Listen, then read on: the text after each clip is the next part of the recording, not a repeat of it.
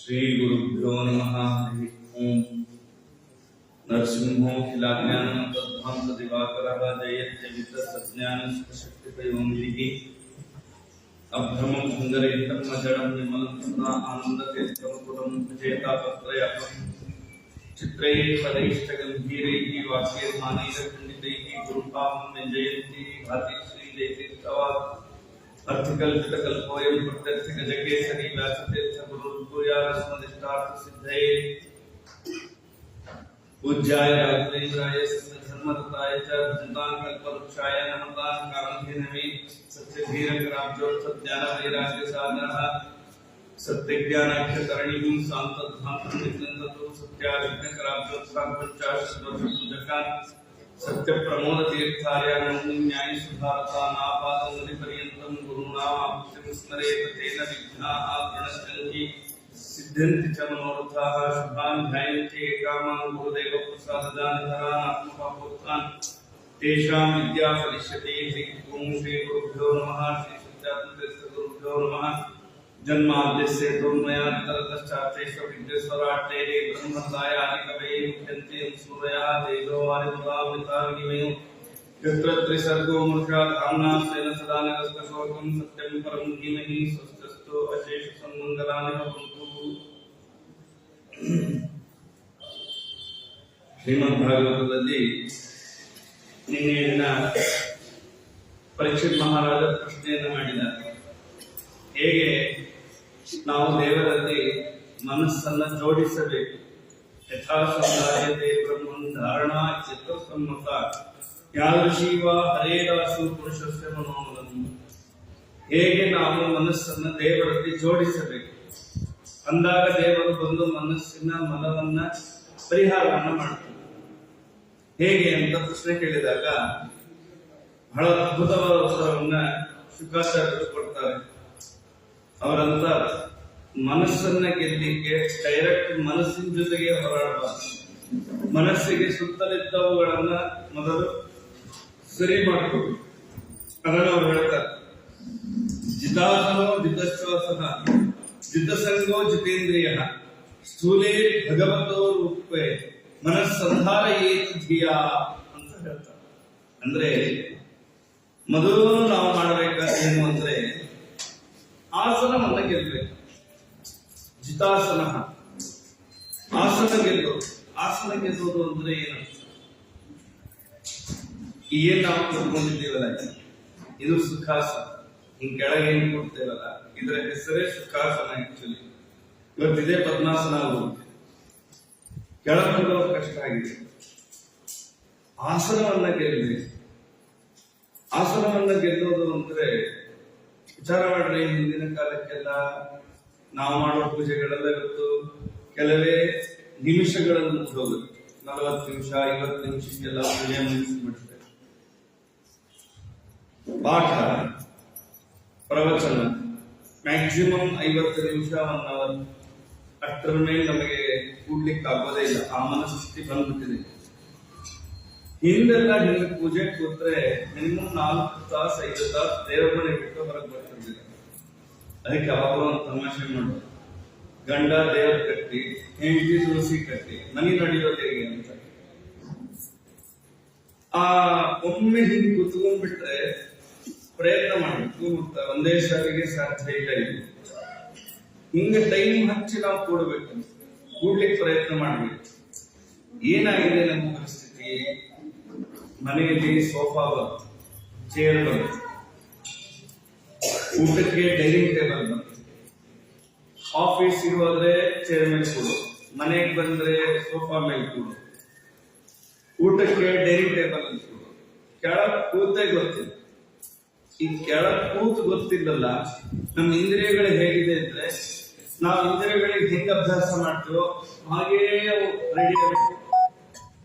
ಇಷ್ಟು ದಿವಸ ಹಿಂಗೆ ಕೂತು ಆಮೇಲೆ ಕೆಳಗ್ ಕೂಡ್ಲಿಕ್ಕೆ ಬರುತ್ತೆ. ಒಬ್ಬ ದೊಡ್ಡ ವೈದ್ಯರು ಮಠಕ್ಕೆ ಬಂದಿದ್ರು. ಒಂದು ಹೋಮ ಇತ್ತು ಮಠದಲ್ಲಿ ನಮ್ಮೂರಲ್ಲಿ. ಒಂದು 3 ತಾಸು ಕೂಡ್ಬೇಕಾಯ್ತು ಕೆಳಗೆ. ತುಂಬಾ ಕಷ್ಟಪಡ್ತಾ ಇದ್ರು ಕೂಡ್ಲಿಕ್ಕೆ. ಅವರು ಅಷ್ಟು ಕಷ್ಟಪಟ್ಟು ನೋಡಿ ನಮ್ಗೆ ಸ್ವಲ್ಪ ಅವ್ರು ನೋಡಿ ಅಯ್ಯೋ ಅನ್ನಿಸ್ತು. ಅವ್ರಿಗೆ ನಾ ಪದೇ ಪದೇ ಕಷ್ಟ ಆಗ್ತಾ ಇದೆಯಾ ಅಂತ ಕೇಳಿ, ಆಮೇಲೆ ಮುಗಿದ ಮೇಲೆ ಅವ್ರು ಹೇಳಿದ್ರು, ನೀವು 10 ಗಂಟೆ ಬೇಕಾದ್ರೆ ನಿಂತ್ಕೊಂಡಿಲ್ಲ ಅಂದ್ರೆ ನಾವು ನಿಂತ್ಕೊಂಡಿರ್ತೇವೆ, ಆದ್ರೆ ಒಂದು 2 ಅವರ್ಸ್ ಕೆಳಗೆ ಹೋಗ್ಲಿಕ್ಕೆ ಆಗಲ್ಲ. ಯಾಕೆಂದ್ರೆ ನಾವು ಗಂಟೆ ನಿಂತು ಆಪರೇಷನ್ ಮಾಡಿ ಅದ್ರ ಕೆಳಗೆ ನಾವು ಪ್ರಾಕ್ಟೀಸೇ ಮಾಡಿಲ್ಲ.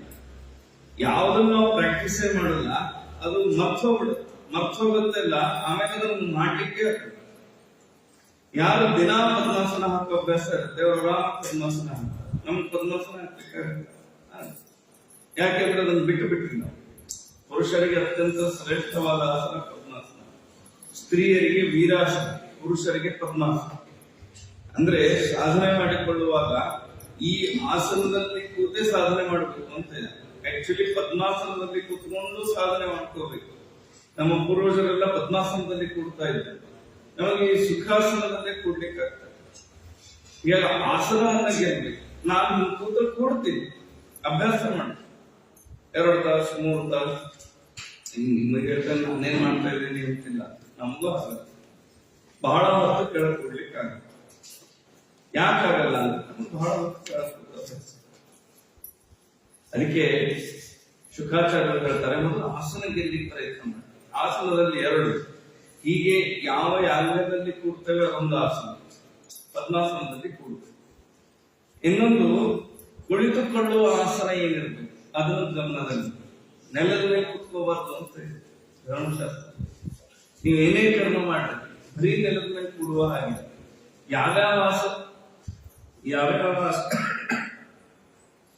ಯಾವ್ಯಾವ ಆಸನದಲ್ಲಿ ಕುಳಿತುಕೊಂಡ್ರೆ ಏನೇನು ಲಾಭ ಅಂತ ಒಂದು ಸ್ಮೃತಿಯಲ್ಲಿ ಶ್ಲೋಕ ಹೇಳ್ತಾರೆ. ವಂಶಾಸನೆ ದರಿದ್ರಸ್ಯ ಪಾಷಾಣೆ ವ್ಯಾಧಿ ಸಂಭವ. ತಿಳ್ಕೊಳ್ರಿ ಇದೆಲ್ಲ. ಧರಣ್ಯಾಂ ಸುಖಮಾಪ್ನೋತಿ ದೌರ್ಭಾಗ್ಯಂ ದಾರುಕಾಸನೆ ತೃಣಾಸನೆ ಯಶೋಹಾನಿ ಪಲ್ಲವೇ ಚಿತ್ತ ವಿಭ್ರಮ ಕುಶಾಸನೆ ಸರ್ವಸಿದ್ಧಿ ಕಂಬಲೆ ದುಃಖಮೇವ ಚ ಕೃಷ್ಣಾಜಿನೇ ಜ್ಞಾನ ಸಿದ್ಧಿ ಮೋಕ್ಷಸ್ಯ ವ್ಯಾಘ್ರಚರ್ಮಣಿ ಅಂತ ಒಂದು ಮಾತು. ಅಂದ್ರೆ ಬಿದಿರಿನ ಆಸನ ಇದೆ. ಬಿದಿರಿನ ಆಸನದಲ್ಲಿ ಕೂತ್ಕೊಂಡ್ರೆ ದಾರಿದ್ರ್ಯ ಬರುತ್ತೆ. ವಂಶಾಸನೆ ದರಿದ್ರಸ್ಯ. ಪಾಷಾಣಿ ವ್ಯಾಧಿ ಸಂಭವ. ಕಲ್ಲಿನ ಆಸನಗಳಿವೆ, ಕಲ್ಲಿಂದ ಆಸನಗಳಿತ್ತು ಹಿಂದೆಲ್ಲ, ಈಗ ಅವು ಕಮ್ಮಿ ಆಗಿವೆ. ಈ ಕಲ್ಲಿನ ಆಸನದಲ್ಲಿ ಕುಳಿತುಕೊಂಡ್ರೆ ರೋಗ ಬರುತ್ತೆ. ನೆಲದ ಮೇಲೇನೆ ಕೂತ್ಕೋಬೇಕು, ಅದರಿಂದ ಸುಖ ಆಗತ್ತೆ. ಧರಣ್ಯಾಂಶಕಮಾಸನ.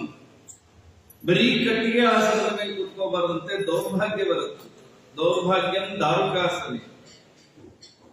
ಇನ್ನ ಹುಲ್ಲಿನ ಆಸನ ಇದೆ, ತೃಣಾಸನೆ ಯಶೋಹಾನಿ. ಹುಲ್ಲಿನ ಆಸನದಲ್ಲಿ ಕೂತ್ಕೊಂಡ್ರೆ ಯಶಸ್ಸು ಆಗುತ್ತೆ. ಕುಶಾಸನೆ ಸರ್ವಸಿದ್ಧಿ. ಕುಶಾಸನ ಅಂತ ಸಿಗತ್ತೆ, ಇದು ಸಿಗತ್ತೆ ದರ್ಭ. ಅದರಲ್ಲಿ ಕೂತ್ಕೊಂಡ್ರೆ ಸಿದ್ಧಿ ಆಗುತ್ತೆ. ಕುಶಾಸನದಲ್ಲಿ ಕೂತ್ಕೋಬೇಕು. ಇನ್ನು ಧಾಬಳಿ ಆಸನ ಕೊಟ್ಟರು, ಧಾಬಳಿ ಆಸನ ಬಂದಿದೆ. ಕಂಬಲೆ ದುಃಖವೇ ಅಂತ, ಅದರ ಮೇಲೆ ಕೂತ್ಕೊಂಡ್ರೆ ದುಃಖ ಆಗುತ್ತೆ. ಕೃಷ್ಣಾಂಜನೆ ಜ್ಞಾನ ಸಿದ್ಧಿ. ಕೃಷ್ಣಾಂಜನದ ಮೇಲೆ ಕೂತ್ಕೊಂಡ್ರೆ ಜ್ಞಾನ ಸಿದ್ಧಿ ಆಗುತ್ತೆ. ಅದಕ್ಕೆ ಪೂರ್ವಜರೆಲ್ಲ ಕೃಷ್ಣಾಂಜನದನ್ನೇ ಆಶ್ರಯಿಸಿದರು. ಮೋಕ್ಷಸ್ಯ ವ್ಯಾಘ್ರಚರ್ಮಣಿ. ಹುಲಿಯ ಚರ್ಮದ ಮೇಲೆ ಕೂತ್ಕೊಂಡ್ರೆ ಮೋಕ್ಷ ಆಗುತ್ತೆ. ಅದು ಸನ್ಯಾಸಿಗಳಿಗೆ ಇಲ್ಲ. ಬ್ರಹ್ಮಚರ್ಯ ಗೃಹಸ್ಥರಿಗೆ ಕೃಷ್ಣಾಂಜನದ ಮೇಲೆ ಕೂಡೋದು ಅತ್ಯಂತ ಶ್ರೇಷ್ಠ. ಯಾಕೆ ಕೃಷ್ಣಾಂಜನದ ಮೇಲೆ. ಮತ್ತು ಒಂದು ಪ್ರಸಂಗದಿಂದ ಹೇಳ್ತೇನೆ. ಕೃಷ್ಣಾರ್ಜುನದಲ್ಲಿ ಮಹಾವಂಶ. ದಯವಿಟ್ಟು ಯಾರಾದರೂ ನಿಮಗೆ ಕೃಷ್ಣಾರ್ಜುನವನ್ನು ಮಾಡಬೇಕು ಅಂದ್ರೆ ತುಂಬಾ ಯೋಚನೆ ಮಾಡಿ ಬಲ್ಲವರ ಹತ್ರ ವಿಚಾರಿಸಿ ತಗೊಳ್ಳಿ. ನಾಯಿಯ ಚರ್ಮವನ್ನು ಕೃಷ್ಣಾರ್ಜುನ ಅಂತ ಮಾಡ್ತಾ ಇದ್ದಾರೆ. ಯಾವುದನ್ನ ಮುಟ್ಟಿದ್ರೆ ಸಚೇತ ಸ್ನಾನ ಮಾಡಬೇಕು ಅಂತ ಧರ್ಮಶಾಸ್ತ್ರ ಹೇಳುತ್ತೆ. ಅದ್ರ ಮೇಲೆ ಕೂತ್ಕೊಂಡು ಪೂಜೆ ಮಾಡಿಬಿಟ್ರೆ ಗತಿ. ಕೃಷ್ಣಾರ್ಜುನ ಅಂತ ನಾಯಿಯ ಚರ್ಮವನ್ನ ಮಾಡುವಂತಹ ಅನೇಕರು ಪ್ರಾರಂಭ ಆಗಿದ್ದಾರೆ. ಬಹಳ ಎಚ್ಚರದಿಂದ ಕೃಷ್ಣಾರ್ಜುನವನ್ನ ಬಹಳ ಕಷ್ಟ ಇದೆ. ಸರ್ಕಾರದ ನಿಯಮಗಳಿವೆ. ಕೃಷ್ಣಾರ್ಜುನವನ್ನೆಲ್ಲ ಪಡೆಯೋದಷ್ಟು ಸುಲಭ ಇಲ್ಲ. ಆದ್ರೂ ಯಾರಾದ್ರೂ ನಿಮ್ಗೆ ಮಾಡ್ಬೇಕು ಅಂದ್ರೆ ತುಂಬಾ ಎಚ್ಚರ ಇದೆ. ಸಾವಿರಾರು ರೂಪಾಯಿ ಹೇಳಿ ನಾಯಿ ಚರ್ಮವನ್ನು ಕೊಡ್ತಾರೆ. ಸಾಲಿಗ್ರಾಮದಲ್ಲಿ ಮೋಸ ಇದೆ. ಸಾಲಿಗ್ರಾಮ ಅಂತ 15,000 ಕೊಟ್ಟು ತಗೋತಾರೆ ಸಾಲಿಗ್ರಾಮ ಅಂತ. ಮೆಟ್ರೋದರ ತಂದು ತೋರಿಸ್ತಾರೆ, ಆಚಾರ ಹೇಗಿದೆ ನೋಡ್ರಿ ಸಾಲಿಗ್ರಾಮ. ಪರಮ ಮೋಸ. ಈ ಡಾಂಬರನ್ನ ಸಾಲಿಗ್ರಾಮದ ಟೈಪ್ ಅಲ್ಲಿ ಮಾಡಿ ಮಾಡ್ತಾರೆ. ಅದನ್ನ ಹೀಗೆ ಬೆಂಕಿ ಕೆಡದ್ರೆ ಕರ್ಕೋಗ್ಬಿಡುತ್ತೆ. ಸಾಲಿಗ್ರಾಮದಲ್ಲಿ ಮೋಸ, ಕೃಷ್ಣಾಜಿನದಲ್ಲಿ ಮೋಸ, ಹಾಲು ಮೋಸ, ಮೊಸರು ಮೋಸ, ತುಪ್ಪ ಮೋಸ, ಏನ್ ಅಕ್ಕಿ ಮೋಸ, ಪ್ಲಾಸ್ಟಿಕ್ ಅಕ್ಕಿ ಬರುತ್ತೆ, ಎಣ್ಣೆ ಏನ್ ತಿನ್ನಬೇಕು, ಏನ ಅನುಭವಿಸಬೇಕು, ನಮ್ಮ ರೋಗವೂ ಮೋಸವಾಗಿದೆ. ಆದ್ದರಿಂದ ಬಹಳ ಎಚ್ಚರವಾಗಿ ಇದನ್ನ ನಾವು ಅಂದ್ರೆ ಯಾವುದೋ ಶುದ್ಧತೆಯನ್ನ ನಾವು ವಿಚಾರ ಮಾಡುವುದೇ ಬಹಳ ಕಷ್ಟ. ಹೀಗಾಗಿ ಮೊದಲು ಆಸನವನ್ನು ಜಿತಾಸನ, ಜಿತಶ್ವಾಸ ಎರಡನೇ, ಒಂದೊಂದೇ ಪ್ರಯತ್ನ ಮಾಡಬೇಕು. ಮೊದಲು ಏನು ಪ್ರಯತ್ನ ಮಾಡಬೇಕು ಅಂದ್ರೆ ಆಸನವನ್ನು ಗೆಲ್ಲಿಕ್ಕೆ ಪ್ರಯತ್ನ ಮಾಡಬೇಕು. ಅಂದ್ರೆ ಇವೆಲ್ಲ ನನ್ನ ಮನಸ್ಸಿನ ಏಕಾಗ್ರತೆಗೆ ಕಾರಣ ಆಗುತ್ತೆ. ನಾನು ಹೆಂಗ್ ಕೂತ್ಕೋತೀನಿ ಅನ್ನೋದು ನನ್ನ ಮನಸ್ಸಿನ ಮೇಲೆ ಪ್ರಭಾವ ಬೀರುತ್ತೆ. ಹೀಗೆ ಕೂಡಬೇಕು ಅಂತ ಇದೆ, ಹಂಗೆ ಕೂತ್ರೆ ಮನಸ್ಸು ಒಂದು ಕಡೆ ನಿಲ್ಲುತ್ತೆ. ಹೀಗಾಗಿ ಆಸನ. ಅದಾದ ಮೇಲೆ ಶ್ವಾಸ ಗೆಲ್ಲಬೇಕು. ಶ್ವಾಸ ಗೆಲ್ಲೋದು ಅಂದ್ರೆ ಪ್ರಾಣಾಯಾಮಾದಿಗಳನ್ನು ಮಾಡಿದ್ರೆ ಸಾಕು. ಏನು ಕ್ರಮ ಹೇಳಿದ್ದಾರೆ ಆ ಕ್ರಮದಲ್ಲಿ ಪ್ರಾಣಾಯಾಮ ಮಾಡೋದು. ಪ್ರಾಣಾಯಾಮ ಹೇಳ್ತಾರೆ, ಎಷ್ಟು ಪ್ರಾಣಾಯಾಮ ಬರುತ್ತೆ. ಒಂದು ಸಂಧ್ಯಾವಂದನೆಯಲ್ಲಿ ಪ್ರಾಣಾಯಾಮ, ಸ್ನಾನ ಸಂಕಲ್ಪದಲ್ಲಿ ಪ್ರಾಣಾಯಾಮ, ವೈಶ್ವದೇವದಲ್ಲಿ ಪ್ರಾಣಾಯಾಮ, ಬ್ರಹ್ಮಯಜ್ಞದಲ್ಲಿ ಪ್ರಾಣಾಯಾಮ, ಎಲ್ಲಾ ಕಡೆ ಪ್ರಾಣಾಯಾಮ ಇದೆ. ಈ ಸಂಧ್ಯಾವಂದನಾದಿ ನಿತ್ಯ ಕರ್ಮಗಳಲ್ಲಿ ಬರುವ ಪ್ರಾಣಾಯಾಮವನ್ನು ಮಾಡಿಬಿಟ್ರೆ ಸಾಕು, ಬೇರೆ ಯೋಗ ಮಾಡೋಬೇಕಾಗಿದೆ. ಹೇಗೆ ಪ್ರಾಣಾಯಾಮ ಮಾಡಿ ನೀವು ನೋಡ್ಬೇಕು. ಈ ಶಬ್ದಗಳೇ ಕೆಲವರಿಗೆ ಜನರಿಗೆ ಗೊತ್ತಿಲ್ಲ. ಯಾವ ಒಬ್ಬರ ಆಚಾರ ಹೇಳ್ತಾರೆ, ಪಾಪ ಮದುವೆ ಇರುತ್ತೆ, ಮದುವೆಯಲ್ಲಿ ಅವ್ರು ಹೇಳ್ತಾರ ಇನ್ನೇನೋ ಮನೆ ಕಾರ್ಯಕ್ರಮ ಇರುತ್ತೆ, ಆಚಮನ ಮಾಡ್ರಿ ಅಂತ ಪುರೋಹಿತರು ಕೂತ್ಕೊಂಡ್ಬಿಡ್ತಾನೆ. ಯಾಕಂದ್ರೆ ಆಚಮನ ಅನ್ನೋ ಶಬ್ದ ಗೊತ್ತೇ ಇದೆ. ಅವ್ರ ಆಚಾರ ಹೇಳ್ಬೇಕು, 3 ಸಾರಿ ನೀರು ಕುಡೀರಿ ಅಂತ. ಅವನ ಟಮ್ಲರ್ ಏರ್ಪಡಿರ್ತಾನೆ, 3 ಸಾರಿ ನೀರು ಕುಡಿ, ಉದ್ಧರಣೆಯಿಂದ ಕೈ ಹಾಕೊಂಡು ಹೀಗೆ ಕುಡೀರಿ ಅಂತ ಹೇಳ್ಬೇಕು. ಇದು ತಮಾಷೆ ಇಷ್ಟು ಹೇಳುವ ಪ್ರಸಂಗ ಬಂದಿದೆ. ಆಚಮನ ಅನ್ನೋ ಶಬ್ದ ಗೊತ್ತಿಲ್ಲ. ಆಮೇಲೆ ಪ್ರಾಣಾಯಾಮ ಮಾಡ್ರಿ ಅಂತಾರ ಆಚಾರ, ಕೂತ್ಕೊಂಡ್ಬಿಡ್ತಾನೆ. ಮತ್ತ ಆಚಾರ ಹೇಳ್ಬೇಕು, ಮೂಗು ಹಿಡೀರಿ ಅನ್ಬೇಕು. ಆಚಾರ ಮೂಗು ಹಿಡಿದ್ಬಿಟ್ರೆ ಅಲ್ಲ, ನಿಮ್ ಮೂಗು ಹಿಡ್ಕೊಳ್ರಿ ಅನ್ಬೇಕು. ಕೆಲವರು ಪ್ರಾಣಾಯಾಮ ಮಾಡ್ತಿರ್ತಾರೆ ನೋಡ್ಬೇಕು, ಹಿಂಗ್ ಹಿಡಿದಿರ್ತಾರೆ, ಮೂಗಿಗೆ ಕೈ ಟಚ್ಚೇ ಮಾಡಲ್ಲ, ಹಿಂಗ್ ಹಿಡಿದು ಮಂತ್ರ ಅಂತ ಅಲ್ಲ. ಕೆಲವರು ಸುಮ್ಮನೆ ಹಿಂಗ್ ಮೂಗು ಮುಡ್ತಾರೆ ಅಲ್ಲ. ಬ್ರಹ್ಮಚಾರಿಗಳು ಈ 2 ಬೆರಳನ್ನ ಬಿಟ್ಟು ಹಿಂಗೆ ಪ್ರಾಣಾಯಾಮ ಮಾಡ್ತಾರೆ. ಗೃಹಸ್ಥರು 5 ಬೆರಳಿನಿಂದ ಪ್ರಾಣಾಯಾಮ ಮಾಡ್ತಾರೆ. ರೇಚಕ, ಅದರ ಡಬಲ್ ಪೂರಕ, ಅದರ ಡಬಲ್ ಮತ್ತೆ ಕುಮ್ಮ. ಮೊದಲು ಉಸಿರನ್ನ ಎಳೆದುಕೊಳ್ಳಬೇಕು, ಉಸಿರನ್ನ ಬಿಡಬೇಕು, ಆಮೇಲೆ ಸ್ತಂಭನ ಮಾಡಬೇಕು. 6 ರೇಚಕ, 12 ಪೂರಕ, 24 ಕುಮ್ಮ. ಇದನ್ನ ಮಾಡಬೇಕು. ಈ ಪ್ರಾಣಾಯಾಮವನ್ನು ಯಾರು ಶುದ್ಧವಾಗಿ ಮಾಡ್ತಾರೆ, ಮನಸ್ಸು ಶುದ್ಧವಾಗಿ, ಆರೋಗ್ಯ ಸಿದ್ಧಿಯ ಪ್ರಾಣಾಯಾಮ ಮಾಡ್ತಾರೆ. ಹೆಂಗಿದೆ ಅಂದ್ರೆ, ನಾನು ಅನೇಕ ಸಾರಿ ಹೇಳ್ತೀನಿ, ಜಗತ್ತಿನಲ್ಲಿ ತುಂಬಾ ಶ್ರೀಮಂತ ಬಡವರು ಯಾರು ಅಂದ್ರೆ ನಾವೇ. ನಾವು ಶ್ರೀಮಂತ ಬಡವರು, ಇದೇ 2 ವಿರುದ್ಧವಾದ ಪದ. ಒಂದ ಶ್ರೀಮಂತ, ಇಲ್ಲ ಬಡವರು. 2 ಶ್ರೀಮಂತ ಬಡವರು ಅಂದ್ರೆ ಕೆಲವರು ಹಿಂದಿನ ಕಾಲಕ್ಕೆಲ್ಲ ನಿಧಿಗಳನ್ನ ಇಟ್ಟು ಹೋಗಿರೋ ಪೂರ್ವಜರು. ಅವ್ರ ಮನೆ ನೆಲವಾಳಿಗೆಯಲ್ಲಿ ಏನೇ ಭೂಮಿ ಹಾಕಿದ್ರೆ ತುಂಬಾ ನಿಧಿ ಇರೋದು, ಅಪರೂಪದ ನಿಧಿಗಳು. ಆ ಮನೆಯಲ್ಲೇ ನಾವು ವಾಸ ಮಾಡ್ತಾ ಇರ್ತೀವಿ. ಜನ್ಮಾಂತರದಲ್ಲಿ ಇವನಿಗೆ ದಾರಿದ್ರ್ಯ ಬಂದ್ಬಿಟ್ರಂತೆ. ಒಳಗೆ ನಿಧಿ ಇದೆ, ಇವನಿಗೆ ಗೊತ್ತಿಲ್ಲ. ಒಂದು ಹೊತ್ತಿಗೆ ಊಟಕ್ಕೆ ಕಷ್ಟ ಪಡ್ತಾ ಇದ್ದಾನೆ, ಒಂದು ತುತ್ತು ಊಟಕ್ಕೆ ಗತಿ ಇಲ್ಲ. ಅವನೇನಾದ್ರೂ ಅಗದು ನೋಡಿ ಬಿಟ್ರೆ ಇಡೀ ದೇಶದಲ್ಲಿ ಅವನಷ್ಟು ಶ್ರೀಮಂತ ಯಾರಿಲ್ಲ, ಅಷ್ಟು ನಿಧಿ ಇವನ್ ಕೆಳಗಿರುತ್ತೆ.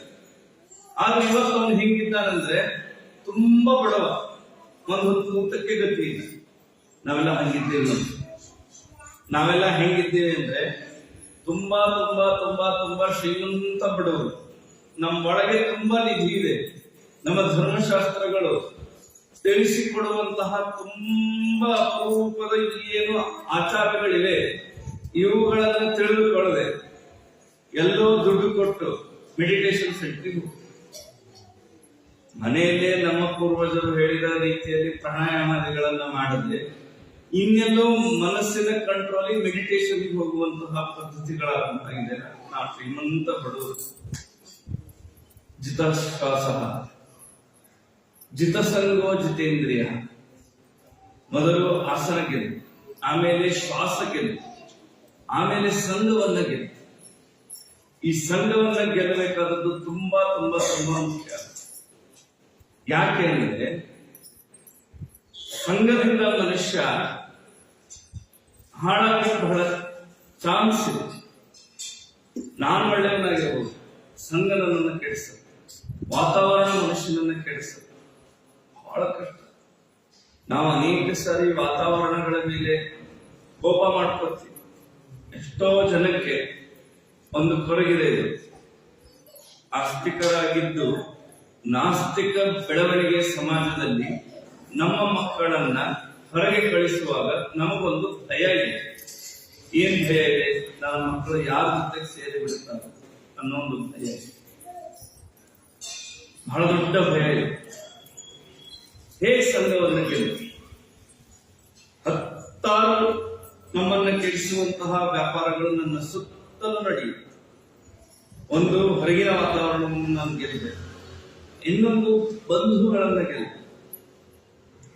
ಇದು ಜಿತ ಸಂಘ. ಬಂಧುಗಳನ್ನ ಗೆಲ್ಲೋದು ಅಂದ್ರೆ ಇವರಿಲ್ಲೇ ನಾನು ಬದುಕಲಿಕ್ಕಾಗಲ್ಲ ಅನ್ನೋ ಮಾತನ್ನು ಬರಬಾರ್ದು. ಇದೇ ಜಿತ ಸಂಘ. ಯಾರೇನು ಮಾಡುವವರು ಅವನಿಯೊಳಗೆ ನನಗೆ ಯಾರು ಬರ್ತಾರೆ, ಯಾರಿಗೆ ಯಾರುಂಟು ಎರವಿನ ಸಂಸಾರ ದಾಸರಂತಾರೆ. ಯಾರ್ಯಾರು ಎಲ್ಲಿ ತರ ಬರ್ತಾರೆ. ಹೆಂಡತಿ ಮನೆ ಬಾಗಿಲಿಗೆ ಬರ್ತಾರೆ, ಮಕ್ಕಳ ಬಂಧುಗಳು ಸ್ಮಶಾನದ ಬಾಗಿಲವರೆಗೂ ಬರ್ತಾರೆ, ಮಕ್ಕಳು ಚಿತೆವರೆಗೂ ಬರ್ತಾರೆ. ಚಿತೆ ಒಳಗೆ ಯಾರು ಬರ್ತಾರೆ? ನಾರಾಯಣ ನಾಮ ನೆಲೆಭಾವದಲ್ಲಂತೆ ಯಾರು ಸಂಗಡ ಬಾಪದೆ ಯಾರು ಬರ್ತಾರೆ? ಜಿತ ಸಂಘ. ಸಂಘವನ್ನ ಸಂಘವನ್ನ ಗೆಲ್ಲಬೇಕು ಅಂದ್ರೆ ಅವ್ರ ಊರಿಗೆ ಹೋದ್ರು, ಇವ್ರು ನನ್ನ ಬಿಟ್ಟು ಹೋದ್ರು, ನಾನೇ ಕಷ್ಟಪಟ್ಟು ಎಲ್ಲ ಓದಿಸಿದ್ದೆ, ಬೆಳೆಸಿದ್ದೆ, ಮಕ್ಕಳು ಇವತ್ತು ನಾನು ಹೇಳೋದಿಲ್ಲ, ಎಲ್ಲೋ ಹೋಗ್ಬಿಟ್ರು. ಯಾರ್ಯಾರನ್ನು ನೆನೆದು ದುಃಖಪಡ್ತಾ ಅಳ್ತಾ ಬೇಡ. ಚಿತ್ತಸಂಗ. ಇವ್ರು ಯಾವತ್ತೋ ಒಂದ್ ದಿವಸ ನನ್ನ ಬಿಟ್ಟು ಹೋಗ್ತಾರೇನೋ ಅಂತ ಭಯ ಪಡೋದಕ್ಕಿಂತ ಇವ್ರು ಇದ್ರೆ ನಿಲ್ದೇ ಇದ್ರೆ ನಾನು ಹಿಂಗಿರ್ತೀನಿ ಅಂತ ಇದೆ ನೋಡ್ರಿ. ಇದು ಪೂರ್ವಜರೆಲ್ಲ ಇದನ್ನು ಬಹಳ ಚೆನ್ನಾಗಿ ಗೆದ್ದು ಬಿಟ್ಟಿದ್ರು. ಅದಕ್ಕೆ ಈಗ ನಾನು ತಮಾಷೆ ಹೇಳಿದ್ದೆ, ಅವರು ಭಾಗಶಃ ಕಾಲ ಏಕಾಂತದಲ್ಲಿ ಕಳೀತಾರೆ. ಅಂದ್ರೆ ಮನೆಯಲ್ಲಿ ಎಷ್ಟೇ ಜನ ಇರಲಿ, ತಮ್ಮ ಬೆಳಿಗ್ಗೆ ಎದ್ದು ಏನು ಶೌಚಾಲಯಗಳನ್ನ ಮುಗಿಸಿ ಸ್ನಾನ ಮಾಡಿ ದೇವರ ಕಟ್ಟೆ ಕುತ್ಕೊಂಡ್ಬಿಟ್ರೆ ಮಧ್ಯಾಹ್ನ ತನ ಅವ್ರು ಅಳ್ಳಾಡ್ತಾರೆ. ಅಲ್ಲೇ ಕೂತಿರು. ಎಷ್ಟು ನಾನು ಒಬ್ಬನೇ ಇದ್ದು ಅದನ್ನು ಸಾಧಿಸ್ಕೊಳ್ಳಿಕ್ಕೆ ಪ್ರಯತ್ನ ಮಾಡ್ತೀನಿ ಅಷ್ಟು ಆರಾಮ. ಅದಕ್ಕೆ ಒಂದು ಮಾತಿದೆ, ಏಕಸ್ ತಪಸ್ವಿ ದ್ವಿರಥ. ನಿಮಗೆ ತಪಸ್ಸು ಮಾಡ್ಬೇಕು ಅಂತಿದೆಯಾ? ಒಬ್ರಿರ್ರಿ. ಯಾಕೆ ಹಿಂದಿನ ಕಾಲಕ್ಕೆ ಕಾಡಿ ಹೋಗ್ತಾ ಇದ್ರು ತಪಸ್ಸು ಮಾಡ್ಲಿಕ್ಕೆ? ಒಬ್ರು ಇರ್ಬೇಕು ನೋಡಿ. ಇವತ್ತು ಬಹಳ ಜನಕ್ಕೆ ಏನ್ ತೊಂದರೆ ಆಗಿದೆ ಅಂದ್ರೆ ಒಬ್ರಿರೋದು ಕಷ್ಟ.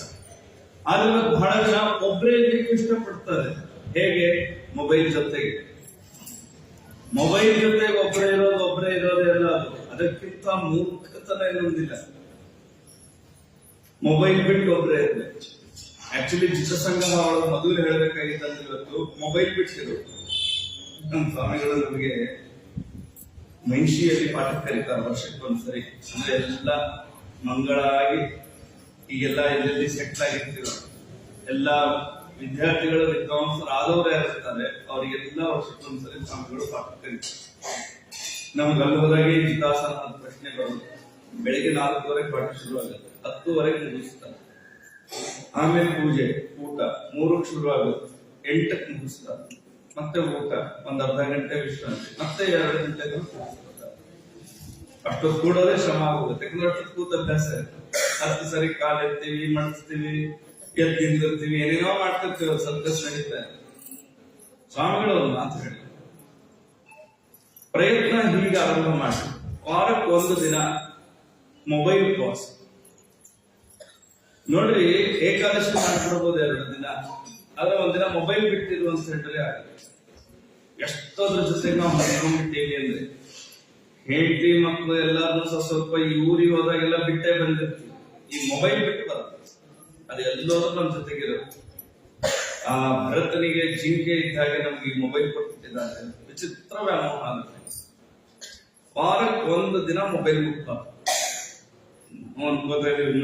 ಆಗ್ತಾ ಇಲ್ಲ ಅಂತೂ ಶುರು ಮಾಡ್ಬೇಕಾಗಿ ವಾರಕ್ಕೆ ಒಂದ್ ದಿನ ಮೊಬೈಲ್ ಉಪವಾಸ. ಅದನ್ನ ಆಮೇಲೆ ಬೆಳೆಸಿ 1 ದಿನದ 2 ದಿನ 3 ದಿನ. ಅದಕ್ಕೆ ಸಂಬಂಧ ಇರೋದೇ ಇಲ್ಲ ನಮಗೂ ಅದಕ್ಕೂ. ಅದನ್ನ ನೋಡೋ ಅವಶ್ಯಕತೆನೇ ಇರಲ್ಲ. ಸುಮ್ಮನೆ ಅದರಲ್ಲಿ ಟೈಮ್ ಅದು ಹೇಗೆ ಹೋಗುತ್ತೆ ಅಂದ್ರೆ ಈ ಮೊಬೈಲ್ ಕಂಪ್ಯೂಟರ್ ಮುಂದೆ ಕೂತ್ರೆ ಟೈಮ್ ಹೋಗಿದ್ದೇ ಗೊತ್ತಾಗುತ್ತೆ.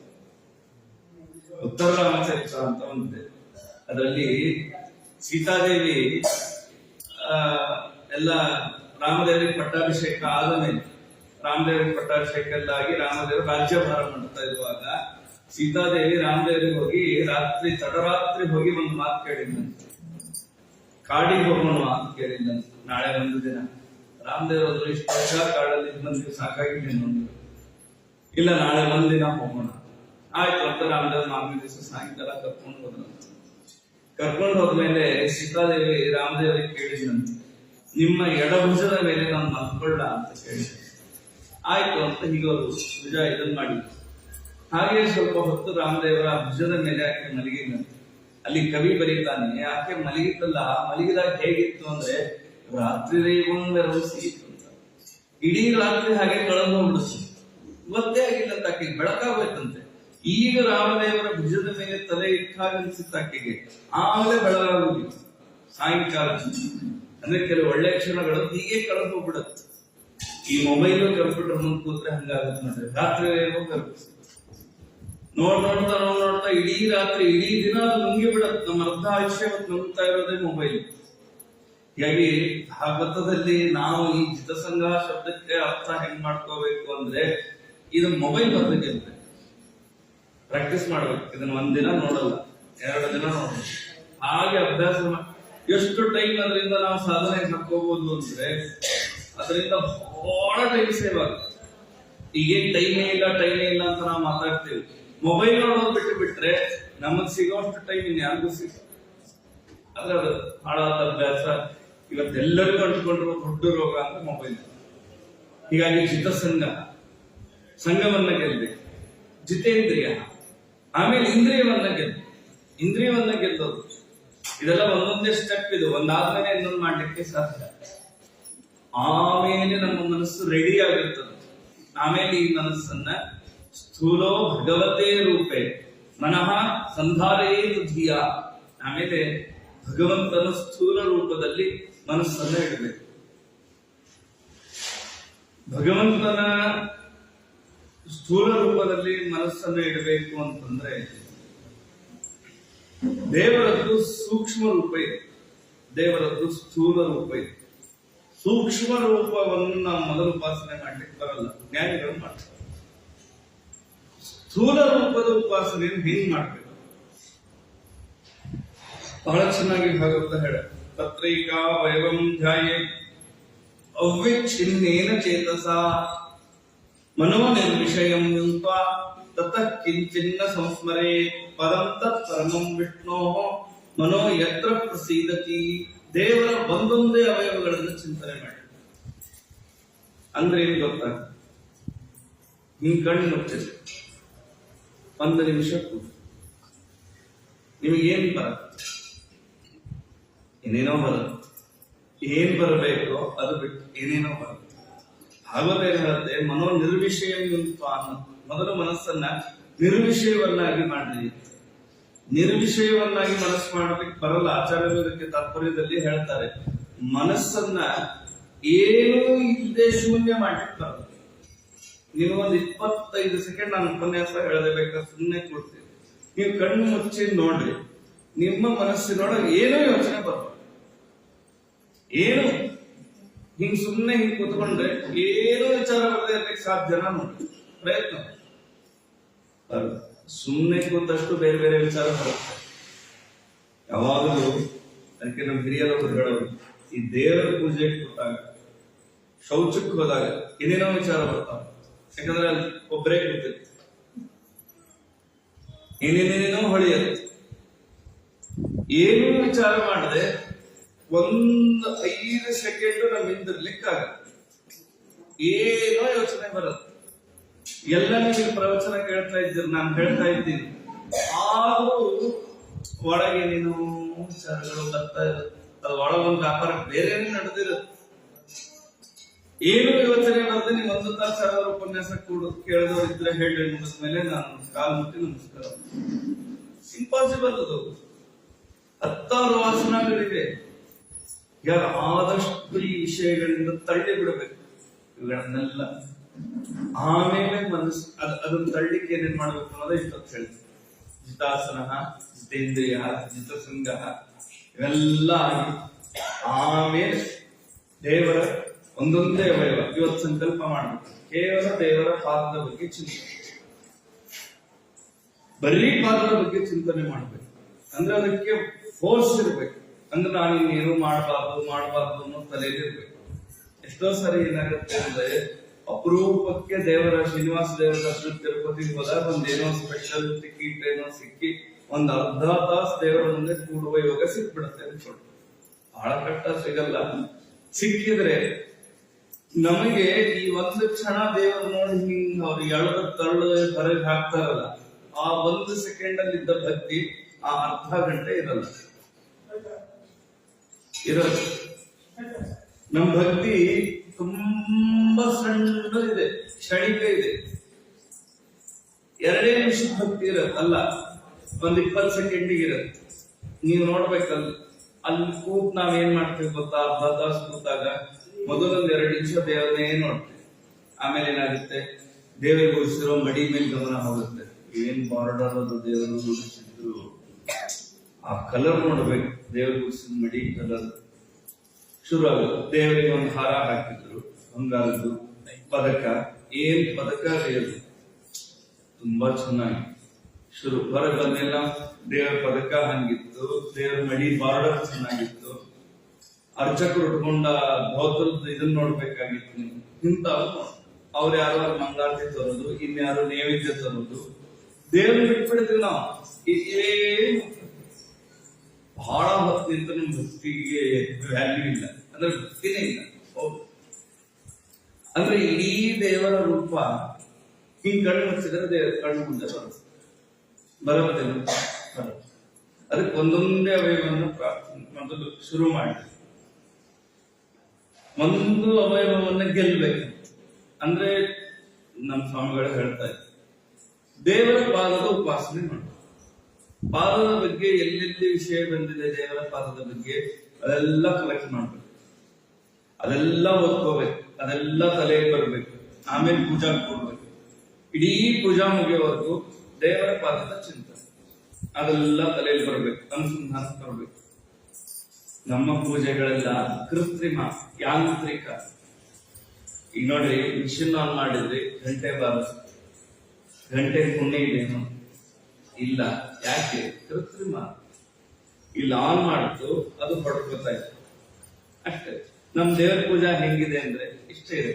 ಕರ್ಕೊಂಡೋಗಿ ದೇವರ ಮನೆಗೆ ಕೂಡಿಸಿದ್ರು, ಹಿಂಗ್ ಅದ್ ಹೇಗೆ ಆನ್ ಮಾಡಿದ ತಕ್ಷಣ ಡಬ ಡಬ ಡಬ ಹೊಡ್ಕೊಳತ್ತಲ್ಲ, ಹಾಗ ದೇವ್ರ ಮನೆಗೆ ಕೂತ ತಕ್ಷಣ ಹಿಂಗ್ ಮಂಗಳಾರತಿ ಮಾಡ್ತೀವಿ, ಅಭಿಷೇಕ ಮಾಡ್ತೀವಿ, ಬರ್ಸ್ತೀವಿ, ಎತ್ತಿರ್ತೀವಿ, ಬರ್ತೀವಿ. ಇಷ್ಟೇ ಇದೆ. ಆ ಮಿಷಿನ್ನಿಗೂ ನಮ್ ಪೂಜೆಗೂ 2 ವರ್ಷ ವ್ಯತ್ಯಾಸ ಇದೆ. ಇದೆಯಾ? ಬಹಳ ಜನರ ಮನೆಯಲ್ಲಿ ಗಮನಿಸ್ರಿ ನೀವು, ಎಲ್ಲಿ ಗಡಿಯಾರ ಇರುತ್ತದೋ, ಇವ್ರು ದೇವರ ಪೂಜೆ ಕೂತಲ್ಲಿ ಕರೆಕ್ಟ್ ಆಗಿ ಗಡಿಯಾರ ಇರುತ್ತೆ. ಮನೆಯಲ್ಲಿ ಇಟ್ಟಿರ್ತ ದೇವ್ರ ಮನೆ ಒಂದು ಸಣ್ಣದು ಕ್ಲಾಕ್ ಇಟ್ಕೊಂಡಿರ್ತಾರೆ. ಅಂದ್ರೆ ನಮ್ಮ ಪೂಜಾಗಳು ಹೇಗ್ ನಡೆಯುತ್ತೆ ಅಂದ್ರೆ ಗಡಿಯಾರಕ್ಕೆ ಅನುಗುಣವಾಗಿ ನಡೆಯುತ್ತೆ. 6ಕ್ಕೆ ಸ್ನಾನ ಮಾಡಿದ್ರು 7ಕ್ಕೆ ಪೂಜಾ ಮುಗಿಬೇಕು, 6:15 ಸ್ನಾನ ಮಾಡಿದ್ರು 7ಕ್ಕೆ ಪೂಜಾ ಮುಗಿಯುತ್ತೆ, 6:30 ಸ್ನಾನ ಮಾಡಿದ್ರು 7ಕ್ಕೆ ಪೂಜಾ ಮುಗಿಯುತ್ತೆ. ಮುಗಿಯೋ ಟೈಮ್ ಚೇಂಜ್ ಆಗಲ್ಲ, ಶುರು ಮಾಡೋ ಟೈಮ್ ಚೇಂಜ್ ಆಗುತ್ತೆ. ಅಂದ್ರೆ ನಮ್ ದೇವ್ರ ಪೂಜಾ ಟೈಮ್ ನೋಡಿ ಮಾಡ್ತೀವಿ, ದೇವ್ರ ನೋಡಿ ಮಾಡ್ತೀವಿ. ಹಾಗಾದ್ರೆ ಆ ಮಿಷಿನ್ಗೂ ನಮಗೂ ಏನ್ ವ್ಯತ್ಯಾಸ? ಅದು ಹೀಗೆ ಹೊಡ್ಕೊಳ್ತಲ್ಲ ನಗಾರಿ, ಪುಣ್ಯ ಬಂತೆ ನಗಾರಿ ಬರಲ್ಲ. ಯಾಕಂದ್ರೆ ಅದಕ್ಕೆ ಗೊತ್ತಿಲ್ಲ ಇದು ಮಂಗಳಾರತಿ ನಡೀತಾ ಇದೆ, ಅದಕ್ಕೆ ನಾನು ಬಾರಿಸ್ತಾ ಇದ್ದೀನಿ ಅನ್ನೋ ಭಾವನೆ ಅದಕ್ಕಿಲ್ಲ. ನಾನ್ ದೇವ್ರ ಪೂಜೆ ಮಾಡ್ತಾ ಇದ್ದೀನಿ, ನಾನು ಯಾಕೆ ಮಾಡ್ತಾ ಇದ್ದೀನಿ ನಂಗೆ ಗೊತ್ತಿಲ್ಲ. ಯಾರೋ ಮನೆಯಲ್ಲಿ ತೀರ್ಥ ತಗೊಳ್ಳೋದಿದ್ರೆ ಊಟ ಮಾಡಲ್ಲ, ಅಥವಾ ಇನ್ಯಾರೋ ನಾನು ಪೂಜೆ ಮಾಡಿಲ್ಲ ಅಂದ್ರೆ ಬೈತಾರೆ. ಈ ದೃಷ್ಟಿಯಿಂದ ಪೂಜಾ ಮಾಡ್ತಾ ಇದ್ದೀವಿ. ಪೂಜೆ ಮಾಡುವಾಗ ನಮ್ಮ ಅನುಸಂಧಾನದ ಪರ್ಸೆಂಟೇಜ್ ಎಷ್ಟಿದೆ? 0 ಮೈನಸ್ ಅಲ್ಲಿದೆ. ಹಾಗಾದ್ರೆ ಅದು ಪೂಜೆನಾ? ಅದಕ್ಕಾಗಿ ಧ್ಯಾನದ ಬಗ್ಗೆ ದ್ವಿತೀಯ ಸ್ಕಂದ ಹೇಳಿದೆ, ಅದ್ಭುತ. ಅದಕ್ಕೇನ್ ಮಾಡಿ, ಹೇಗೆ ನಾವು ನಮ್ಮ ಮನಸ್ಸನ್ನ ದೇವರಲ್ಲಿ ನಿಲ್ಲಿಸ. ಇವೆಲ್ಲ ಏನೋ ರಿಯಾಲಿಟಿ ಶೋಗಳು ಬರುತ್ತಲ್ಲ, ಬಿಗ್ ಬಾಸ್ ಎಲ್ಲ, ಅದ್ರಲ್ಲಿ ಏನೋ ಒಂದು ಟಾಸ್ಕ್ ಕೊಡ್ತಾರ.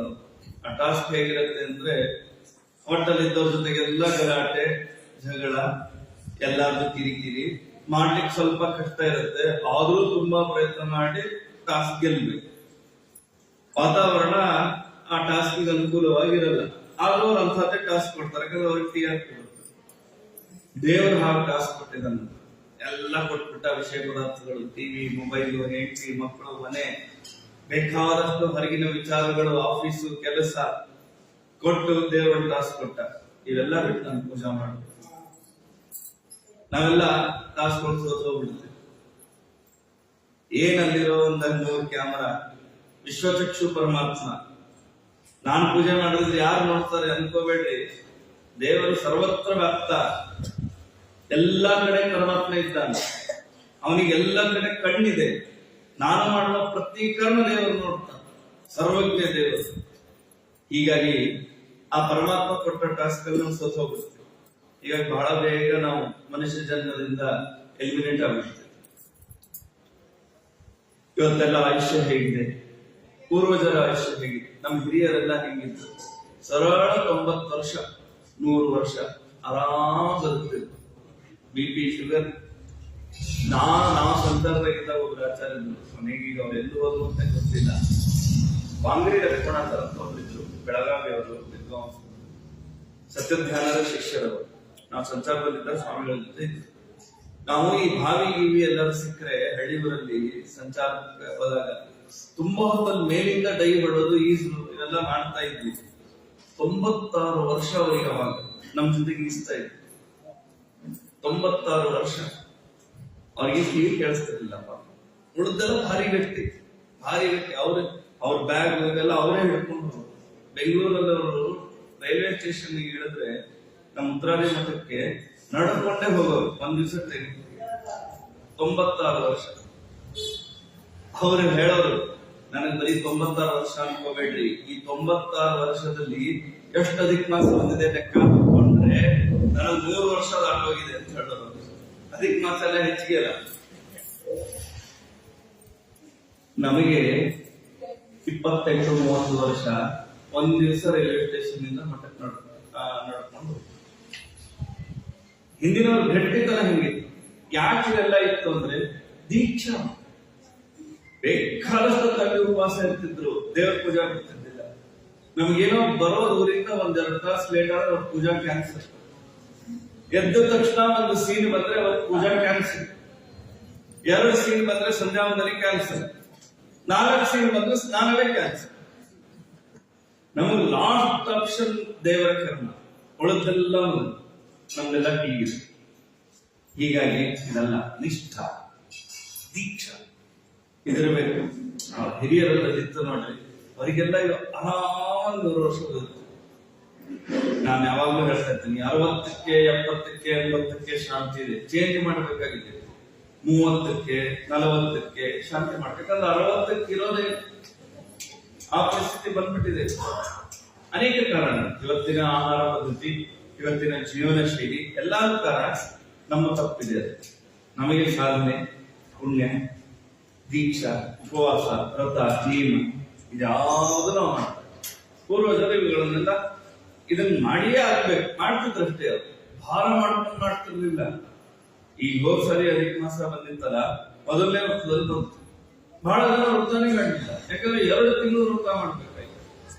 ಅಯ್ಯೋ 2 ತಿಂಗಳು ನಮಗೆ ತಡೆಯಲ್ಲಪ್ಪ.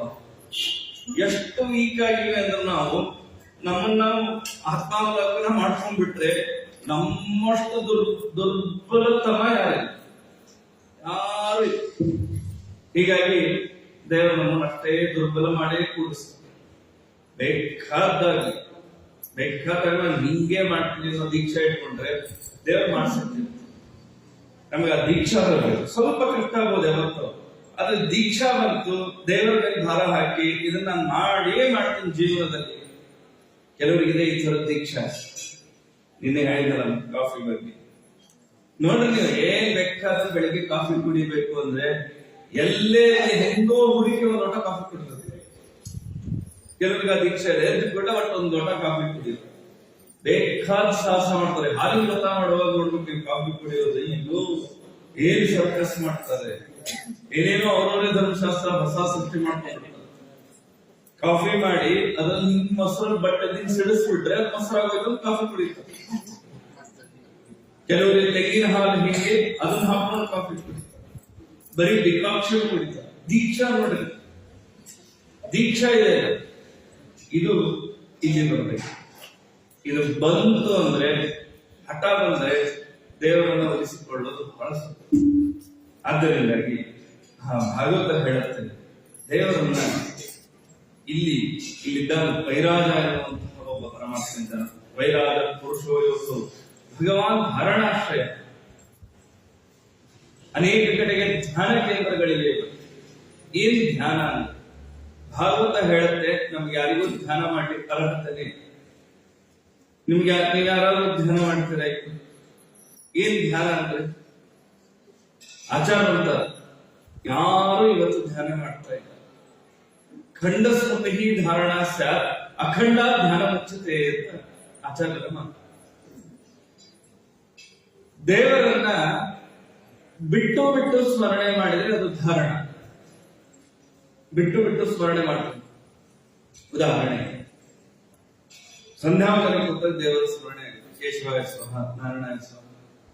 ಪೂಜೆ ಕೂತಾಗ ದೇವರ ಸ್ಮರಣೆ, ಅದು ಪೂರ್ತಿ ಆಗುತ್ತೆ, ಅಲ್ಲಲ್ಲೇ ಆಗುತ್ತೆ. ಆದ್ರೆ ಆಗುತ್ತೆ ಇಲ್ಲ. ಊಟಕ್ಕೆ ಕೊಡ್ಬೇಕಾದ್ರೆ ದೇವರ ಸ್ಮರಣೆ ಆಗಬೇಕು ಅಂತ ಗೋವಿಂದ ಹೇಳಿ ಊಟಕ್ಕೆ ಕೊಡ್ತೇವೆ. ಈ ಗೋವಿಂದ ಅನ್ನೋದು ಏನಾಗೋಗಿದೆ ಅಂದ್ರೆ, ಅದು ಊಟಕ್ಕೆ ಕೊಡ್ಲಿಕ್ಕೆ ಒಂದು ಅನೌನ್ಸ್ಮೆಂಟ್ ಅಂತ ಅಷ್ಟೇ ತಲೆಯಲ್ಲಿ ಬಂದಿದೆ. ಅದು ದೇವರ ನಾಮ ಅನ್ನೋ ಕಲ್ಪನೆನೇ ಇಲ್ಲ. ಅಯ್ಯೋ ಇನ್ನು ಗೋವಿಂದನೇ ಹೇಳ್ತಾ ಇಲ್ಲ, ಊಟಕ್ಕೆ ಕೊಡ್ಬೇಕು. ಎಲ್ಲೋ ಮಟ್ಟಕ್ಕೆ ಹೋಗಿರ್ತಾರೆ ಆರಾಧನೆಗಳು, ಇನ್ನೇನೋ ಸ್ವಲ್ಪ ಲೇಟ್ ಆಗಿರುತ್ತೆ. ಗೋವಿಂದ ಹೇಳ್ತಾ ಇಲ್ಲ, ಗೋವಿಂದ ಹೇಳ್ತಾ ಇಲ್ಲ. ಗೋವಿಂದ ಅಂದ್ರೆ ದೇವರ ನಾಮ ಅನ್ನೋ ಕಲ್ಪನೆ ಇಲ್ಲ. ಊಟ ಕೂತ ಕವಳೆ ಕವಳೆ ಗೋವಿಂದ, ತುತ್ತು ತುತ್ತಿಗೆ ಗೋವಿಂದನ ಸ್ಮರಣೆ ಮಾಡ್ಬೇಕಂತ. ತುತ್ತು ತುತ್ತಿಗೆ, ಒಂದೊಂದು ತುತ್ತಿಗೆ ಎಲ್ಲಿ ಮಾಡ್ತಾರೆ? ಮಾಡಲ್ಲ. ನಾವು ಸ್ವಾಮಿ ನಿಯಮ ಇಟ್ಟಿದ್ರು, ಈಗೂ ಇತ್ತು. ಊಟಕ್ಕೆ ಕೂತ ತಕ್ಷಣ ಗೋವಿಂದ ಗೋವಿಂದ ಗೋವಿಂದ 3 ಸರಿ ಹೇಳ್ಬೇಕು. ಮಧ್ಯದಲ್ಲಿ ಪುನಃ ಗೋವಿಂದ ಗೋವಿಂದ ಗೋವಿಂದ, ಕೊನೆಗೆ ಪುನಃ ಗೋವಿಂದ ಗೋವಿಂದ ಹೇಳುತ್ತೆ. ಈ ಗೋವಿಂದ ಅನ್ನೋ ದೇವರ ನಾಮ ಅನ್ನೋ ಕಲ್ಪನೆ ಹೋಗ್ಬಿಟ್ಟಿದೆ. ಗೋವಿಂದ ಅಂದ್ರೆ ಊಟಕ್ಕೆ ಕೊಡ್ಲಿಕ್ಕೆ ಒಂದು ಅನೌನ್ಸ್ಮೆಂಟ್, ಶುರು ಮಾಡ್ರಿ ಅಂತ ಹೇಳಿಕ್ಕೆ ಏನಾದ್ರು ಒಂದು ಹೇಳಬೇಕಲ್ಲ. ಈ ರನ್ನಿಂಗ್ ರೇಸ್ ಎಲ್ಲ ಗೋ ಅಂದ್ಮೇಲೆ ಓಡ್ತಾರಲ್ಲ, ಹಾಗೆ ಗೋವಿಂದ, ಗೋ ಮುಂದಿಂದ ವಿಂದ, ಗೋವಿಂದ ಅಂದ್ರೆ ಶುರು, ಓಡೋದು, ತಿನ್ನೋದು ಅಂತ ದೇವರ ನಾಮ ಸ್ಮರಣೆ ಅವನಿಗೆ. ಹೀಗಾಗಿ ಭಗವಂತ ವೈರಾಜ ನಾಮಕ ಪರಮಾತ್ಮ ಇಲ್ಲಿದ್ದ, ಅವನನ್ನು ಧಾರಣ ಮಾಡು. ಧಾರಣ ಅಂದ್ರೆ ಏನಂದ್ರೆ ಬಿಟ್ಟು ಬಿಟ್ಟು ಬಿಟ್ಟು ದೇವರ ಸ್ಮರಣೆ ಬರುತ್ತೆ. ಯಾವುದೋ ಒಂದು ಸ್ಪೆಷಲ್ ಟೈಮಲ್ಲಿ ಮಾತ್ರ ನಮ್ಗೆ ದೇವರ ಸ್ಮರಣೆ ಬರುತ್ತೆ. ಎಲ್ಲ ಟೈಮಲ್ಲೂ ಬರುತ್ತೆ. ಅಖಂಡ ಧ್ಯಾನ ಮೆಚ್ಚುತ್ತೆ. ಅಂದ್ರೆ ಒಂದು ಚೂರು ಗ್ಯಾಪ್ ಆದ್ರೆ, ಹೀಗೆ ಒಮ್ಮೆ ಕೂತ್ರೆ ದೇವರ ಧ್ಯಾನ, ದೇವರ ರೂಪದ ಚಿಂತನೆ ಕಂಟಿನ್ಯೂಸ್. ಹಂಗಾಗತ್ತ? ನಮಗೆ ಹಂಗಾಗಲ್ಲ. ನೀವು ಮನೆಗೆ ಹೋದ್ಮೇಲೆ ಪ್ರಯತ್ನ ಮಾಡಿ ನೋಡಿ, ಎಷ್ಟು ಸೆಕೆಂಡ್ ನಿಮ್ಮಿಂದ ದೇವರ ಧ್ಯಾನ ಮಾಡ್ಲಿಕ್ಕೆ. ಅಂದ್ರೆ ಹಿಂಗ್ ಕಣ್ಣು ಮುಚ್ಕೊಂಡ್ರೆ ಬರೀ ಭಗವಂತನ ರೂಪದ ಚಿಂತನೆ. ಜಪ ಮಾಡ್ತಾರೆ. ಸ್ತ್ರೀಯರು ಬಂದವರು ಕೃಷ್ಣ ಮಂತ್ರ ಜಪ ಮಾಡ್ತಾರೆ. ಪುರುಷರಂತೂ ಗಾಯತ್ರಿ, ನಾರಾಯಣ ಅಥವಾ ಅನೇಕ ಮಂತ್ರಗಳ ಜಪವನ್ನು ಪುರುಷರು ಮಾಡ್ತೇವೆ. ಏನ್ ಜಪ ಮಾಡುವಾಗ ಜಪದ ವ್ಯವಸ್ಥೆ ಹೆಂಗ್ ಮಾಡಿದ್ದಾರೆ? ಜಪಕ್ಕಿಂತ ಮೊದಲು ಆ ಮಂತ್ರದಿಂದ ಪ್ರಾಣಾಯಾಮ.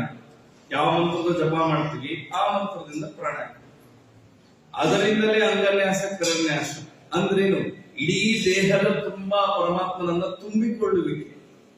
ಆಮೇಲೆ ಧ್ಯಾನ ಶ್ಲೋಕ.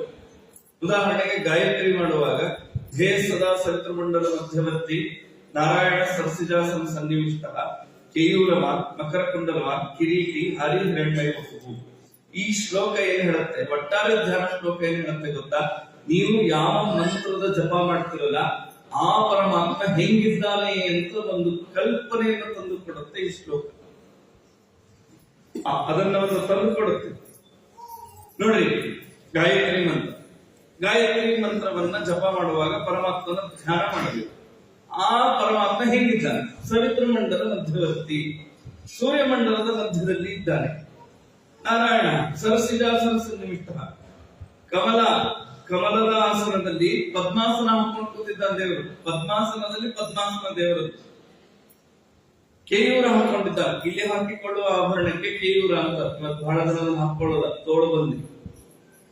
ಕೇಯೂರವಾದ ಮಕರ ಕುಂಡಲ ದೇವರದ್ದು, ಮೊಸಳೆಯ ಆಕಾರದ ಕುಂಡಲವನ್ನು ಹಾಕೊಂಡಿದ್ದ. ಕಿರೀಟ ಹಾಕೊಂಡಿದ್ದ. ಹಾರಿ ಒಳ್ಳೆ ವಸ್ತುಬಹಾರ ಹಾಕೊಂಡಿದ್ದಾನೆ. ಹಿರಣ್ಮಯ ವಪುಃ, ಬಂಗಾರದ ಮೈ ಬಣ್ಣ ದೇವರಿಗಿದೆ. ಅಂದ್ರೆ ಹಿಂಗ್ ಜಪಕ್ಕೆ ಕೂತ ತಕ್ಷಣ ನನ್ನ ಹೃದಯದಲ್ಲಿ ಆ ಧ್ಯಾನ ಶ್ಲೋಕದಿಂದ ಪ್ರತಿಬಿಂಬಿತವಾದ ಒಂದು ಭಗವದ್ ರೂಪ ಇಲ್ಲಿ ಬಂದು ನಿಂತ್ಕೋಬೇಕು. ಇಡೀ ಜಪ ಮುಗಿಯೋವರೆಗೂ ಹಿಂಗ ಕಣ್ಣೊಳಗೆ ಆ ರೂಪ ನೋಡ್ತಾ ಇರ್ಬೇಕು ಜಪ ಮಾಡ. ಇದು ಆಕ್ಚುಲಿ ಜಪ. ಹೀಗೆ ನೀವು ಕೃಷ್ಣ ಮಂತ್ರ ಜಪ ಮಾಡುವಾಗ ಧ್ಯಾನ ಶ್ಲೋಕ, ನೀವು ವಾಸುದೇವ ಮಂತ್ರ ಮಾಡುವಾಗ ಜಪ. ಆಯಾ ಮಂತ್ರಕ್ಕೆ ಅದರ ಧ್ಯಾನ ಶ್ಲೋಕವನ್ನು ಯಾಕೆ ಹೇಳಿದ್ದಾರೆ ಅಂದ್ರೆ, ನೀವು ನಿಮ್ಮ ಕಣ್ಣಲ್ಲಿ ಆ ರೂಪವನ್ನ ಮನಸ್ಸಿನಲ್ಲಿ ಚಿತ್ರಣ ಮಾಡಿಕೊಂಡು ಆ ರೂಪವನ್ನ ನೋಡ್ತಾ ಜಪ ಮಾಡಿರಿ. ಎಷ್ಟು ಅರ್ಜೆಂಟ್ ಇದೆ ಅಂದ್ರೆ ಧ್ಯಾನ ಶ್ಲೋಕದ ಕಡೆಗೂ ಗಮನ ಇಲ್ಲ. ಅಂತಿ ಬಾಯಿಂದ ಕಣ್ಣು ಮುಚ್ಚಿ ಜಪ ಮಾಡೋದು, ಕಣ್ಣು ತೆಗೆದು ಜಪ ಮಾಡ್ತಾರೆ. ಏನ್ ಜಪದ ಬಗ್ಗೆ ಹೇಳ್ತಾರೆ? ತುಟಿ ಎರಡಾಗ್ಬಾರ್ದು, ಜಪ ಮಾಡ್ಬೇಕಾದ್ರೆ ಕಣ್ಣು ಮುಚ್ಚಿರ್ಬೇಕು ಅಥವಾ ನಾಸಿಕಾಗ್ರ ಈ ಮೂಗಿನ ತುದಿಯನ್ನ ನೋಡ್ತಾ ಜಪ ಮಾಡಬೇಕು. ಏಕಾಗ್ರತೆ ಬರುತ್ತೆ. ಹೃದಯದಲ್ಲಿ ಆ ರೂಪವನ್ನ ಚಿಂತನೆ ಮಾಡ್ಬೇಕು. ಬಾಯಿ ಎರಡಾದ್ರೂ ಜಪ ಮಾಡುವ ಚಾಂಚಲ್ಯ ಬರುತ್ತೆ ಅಂತ ತುಟಿ ಎರಡು ಮಾಡಬೇಡ್ರಿ ಶಾಸ್ತ್ರಗಳು. ಜಪ ಅಂದ್ರೆ ಜಕಾರೋ ಜನ್ಮ ವಿಚ್ಛೇದ, ಪಕಾರ ಪಾಪನಾಶನ. ಯಾಕೆ ಜಪ ಮಾಡಬೇಕು ಗೊತ್ತಾ? ಬೆಟ್ಟದಷ್ಟು ಪಾಪ ಮಾಡಿ ಆ ಪಾಪಕ್ಕೆ ಇನ್ನು ಅನಂತ ಜನ್ಮಗಳು ನಮ್ಮ ಬೆನ್ನಲ್ಲಿದೆ. ಜಕಾರೋ ಜನ್ಮ ವಿಚ್ಛೇದ, ಮುಂದಿನ ಕೆಟ್ಟ ಕೆಟ್ಟ ಜನ್ಮಗಳು ನನಗೆ ನನ್ನ ಪಾಪದಿಂದ ಬರಬೇಕಲ್ಲ, ಅಷ್ಟು ಜನ್ಮಗಳ ವಿಚ್ಛೇದ ಆಗುತ್ತೆ. ಪಕಾರ ಪಾಪನಾಶನ, ಈ ಪಕಾರ ಪಾಪನಾಶನ ಮಾಡುತ್ತೆ. ಅದು ಜಪ ಮಾಡ್ಬೇಕು. ನಾವು ಜಪ ಮಾಡ್ಬೇಕಾದ್ರೆ ಪಾಪ ಮಾಡ್ತೀವಿ.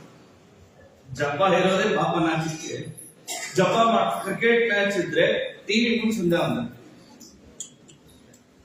ಮೊಬೈಲ್ ಇಟ್ಕೊಂಡು ತೊಡೆ ಮೇಲೆ ಮೊಬೈಲ್ ಇಟ್ಕೊಂಡು ಸಂಧ್ಯಾ ವಂದನೆ, ಇವೆಲ್ಲ ಏನು? ಜಪ ಮಾಡುವಾಗ ಪಾಪವನ್ನು ಹೆಚ್ಚು ಮಾಡುತ್ತೆ. ಅಂದ್ರ ಆ ದೇವರಿಗೆ ನಾವು ಗೌರವ ಕೊಟ್ಟಿಲ್ಲ ಅಂತ. ನೀವೆಲ್ಲ ಪ್ರವಚನಕ್ಕೆ ಬಂದಿರಿ, ಪಾಪ ನಿಮ್ಮೆಲ್ಲರ ಹತ್ರ ಮೊಬೈಲ್ ಇದೆ. ನಾನು ಪ್ರವಚನ ಹೇಳುವಾಗ ನಿಮ್ ಪಾಯಿಂಟ್ ಕೂತಿದ್ರೆ ನನಗೇನ್ ಅನ್ಸುತ್ತೆ? ಏನ್ ಅನ್ಸುತ್ತೆ? ಬೇಜಾರಾಗುತ್ತೋ ಇಲ್ಲ? ಸಾಮಾನ್ಯ ವ್ಯಕ್ತಿನ ನನಗೆ ನನ್ನ ಮುಂದೆ ಕೂತ್ ಎಲ್ಲರೂ ಬರೀ ಮೊಬೈಲೇ ನೋಡ್ತಾ ಇದ್ದೀನಿ ನಾನು ಹೇಳೋದು ಕೇಳಿದ್ರೆ ನನಗೆ ಬೇಜಾರಾಗುತ್ತೆ ಅಂತ. 14 ಲೋಕದ ಒಡೆಯ ಪರಮಾತ್ಮ ಅವನ ನಾಮನೆಯನ್ನ ಮಾಡಿ ಅವನ ಮುಂದೆ ದೇವರ ಮನೆಗೆ ಕೂತ್ಕೊಂಡು ನಾವು ಇನ್ನೇನನ್ನು ನೋಡ್ತಾ ಜಪ ಮಾಡಿದ್ರೆ ಎಷ್ಟು ದೇವರಿಗೆ ಅವಮಾನ ಮಾಡಿದ್ರೆ ಅವನಿಗೆ ಬೇಜಾರಾಗಲ್ಲ. ಆದ್ರೆ ನಾವು ಮಾಡೋ ಅಪರಾಧ. ಆದ್ದರಿಂದ ಜಪ ಮಾಡಬೇಕು. ಪರಮಾತ್ಮನ ರೂಪವನ್ನು ನಿಲ್ಲಿಸಿಕೊಳ್ಳಿ. ಈಗ ತುಂಬಾ ಟಿವಿ ಚಾನೆಲ್ಗಳಾಗಿವೆ. ನಾವು ಚಿಕ್ಕವರಿದ್ದಾಗ ಅಂದ್ರೆ 98, 97, 98 ವಿದ್ಯಾರ್ಥಿಗಳಲ್ಲಿ ಇದ್ದಾಗ ಈ ಭಾರವಾರಕ್ಕೊಮ್ಮೆ ಒಂದು ಮಹಾಭಾರತ ಬರ್ತಾ ಇತ್ತು. ಭಾರಿ ಫೇಮಸ್.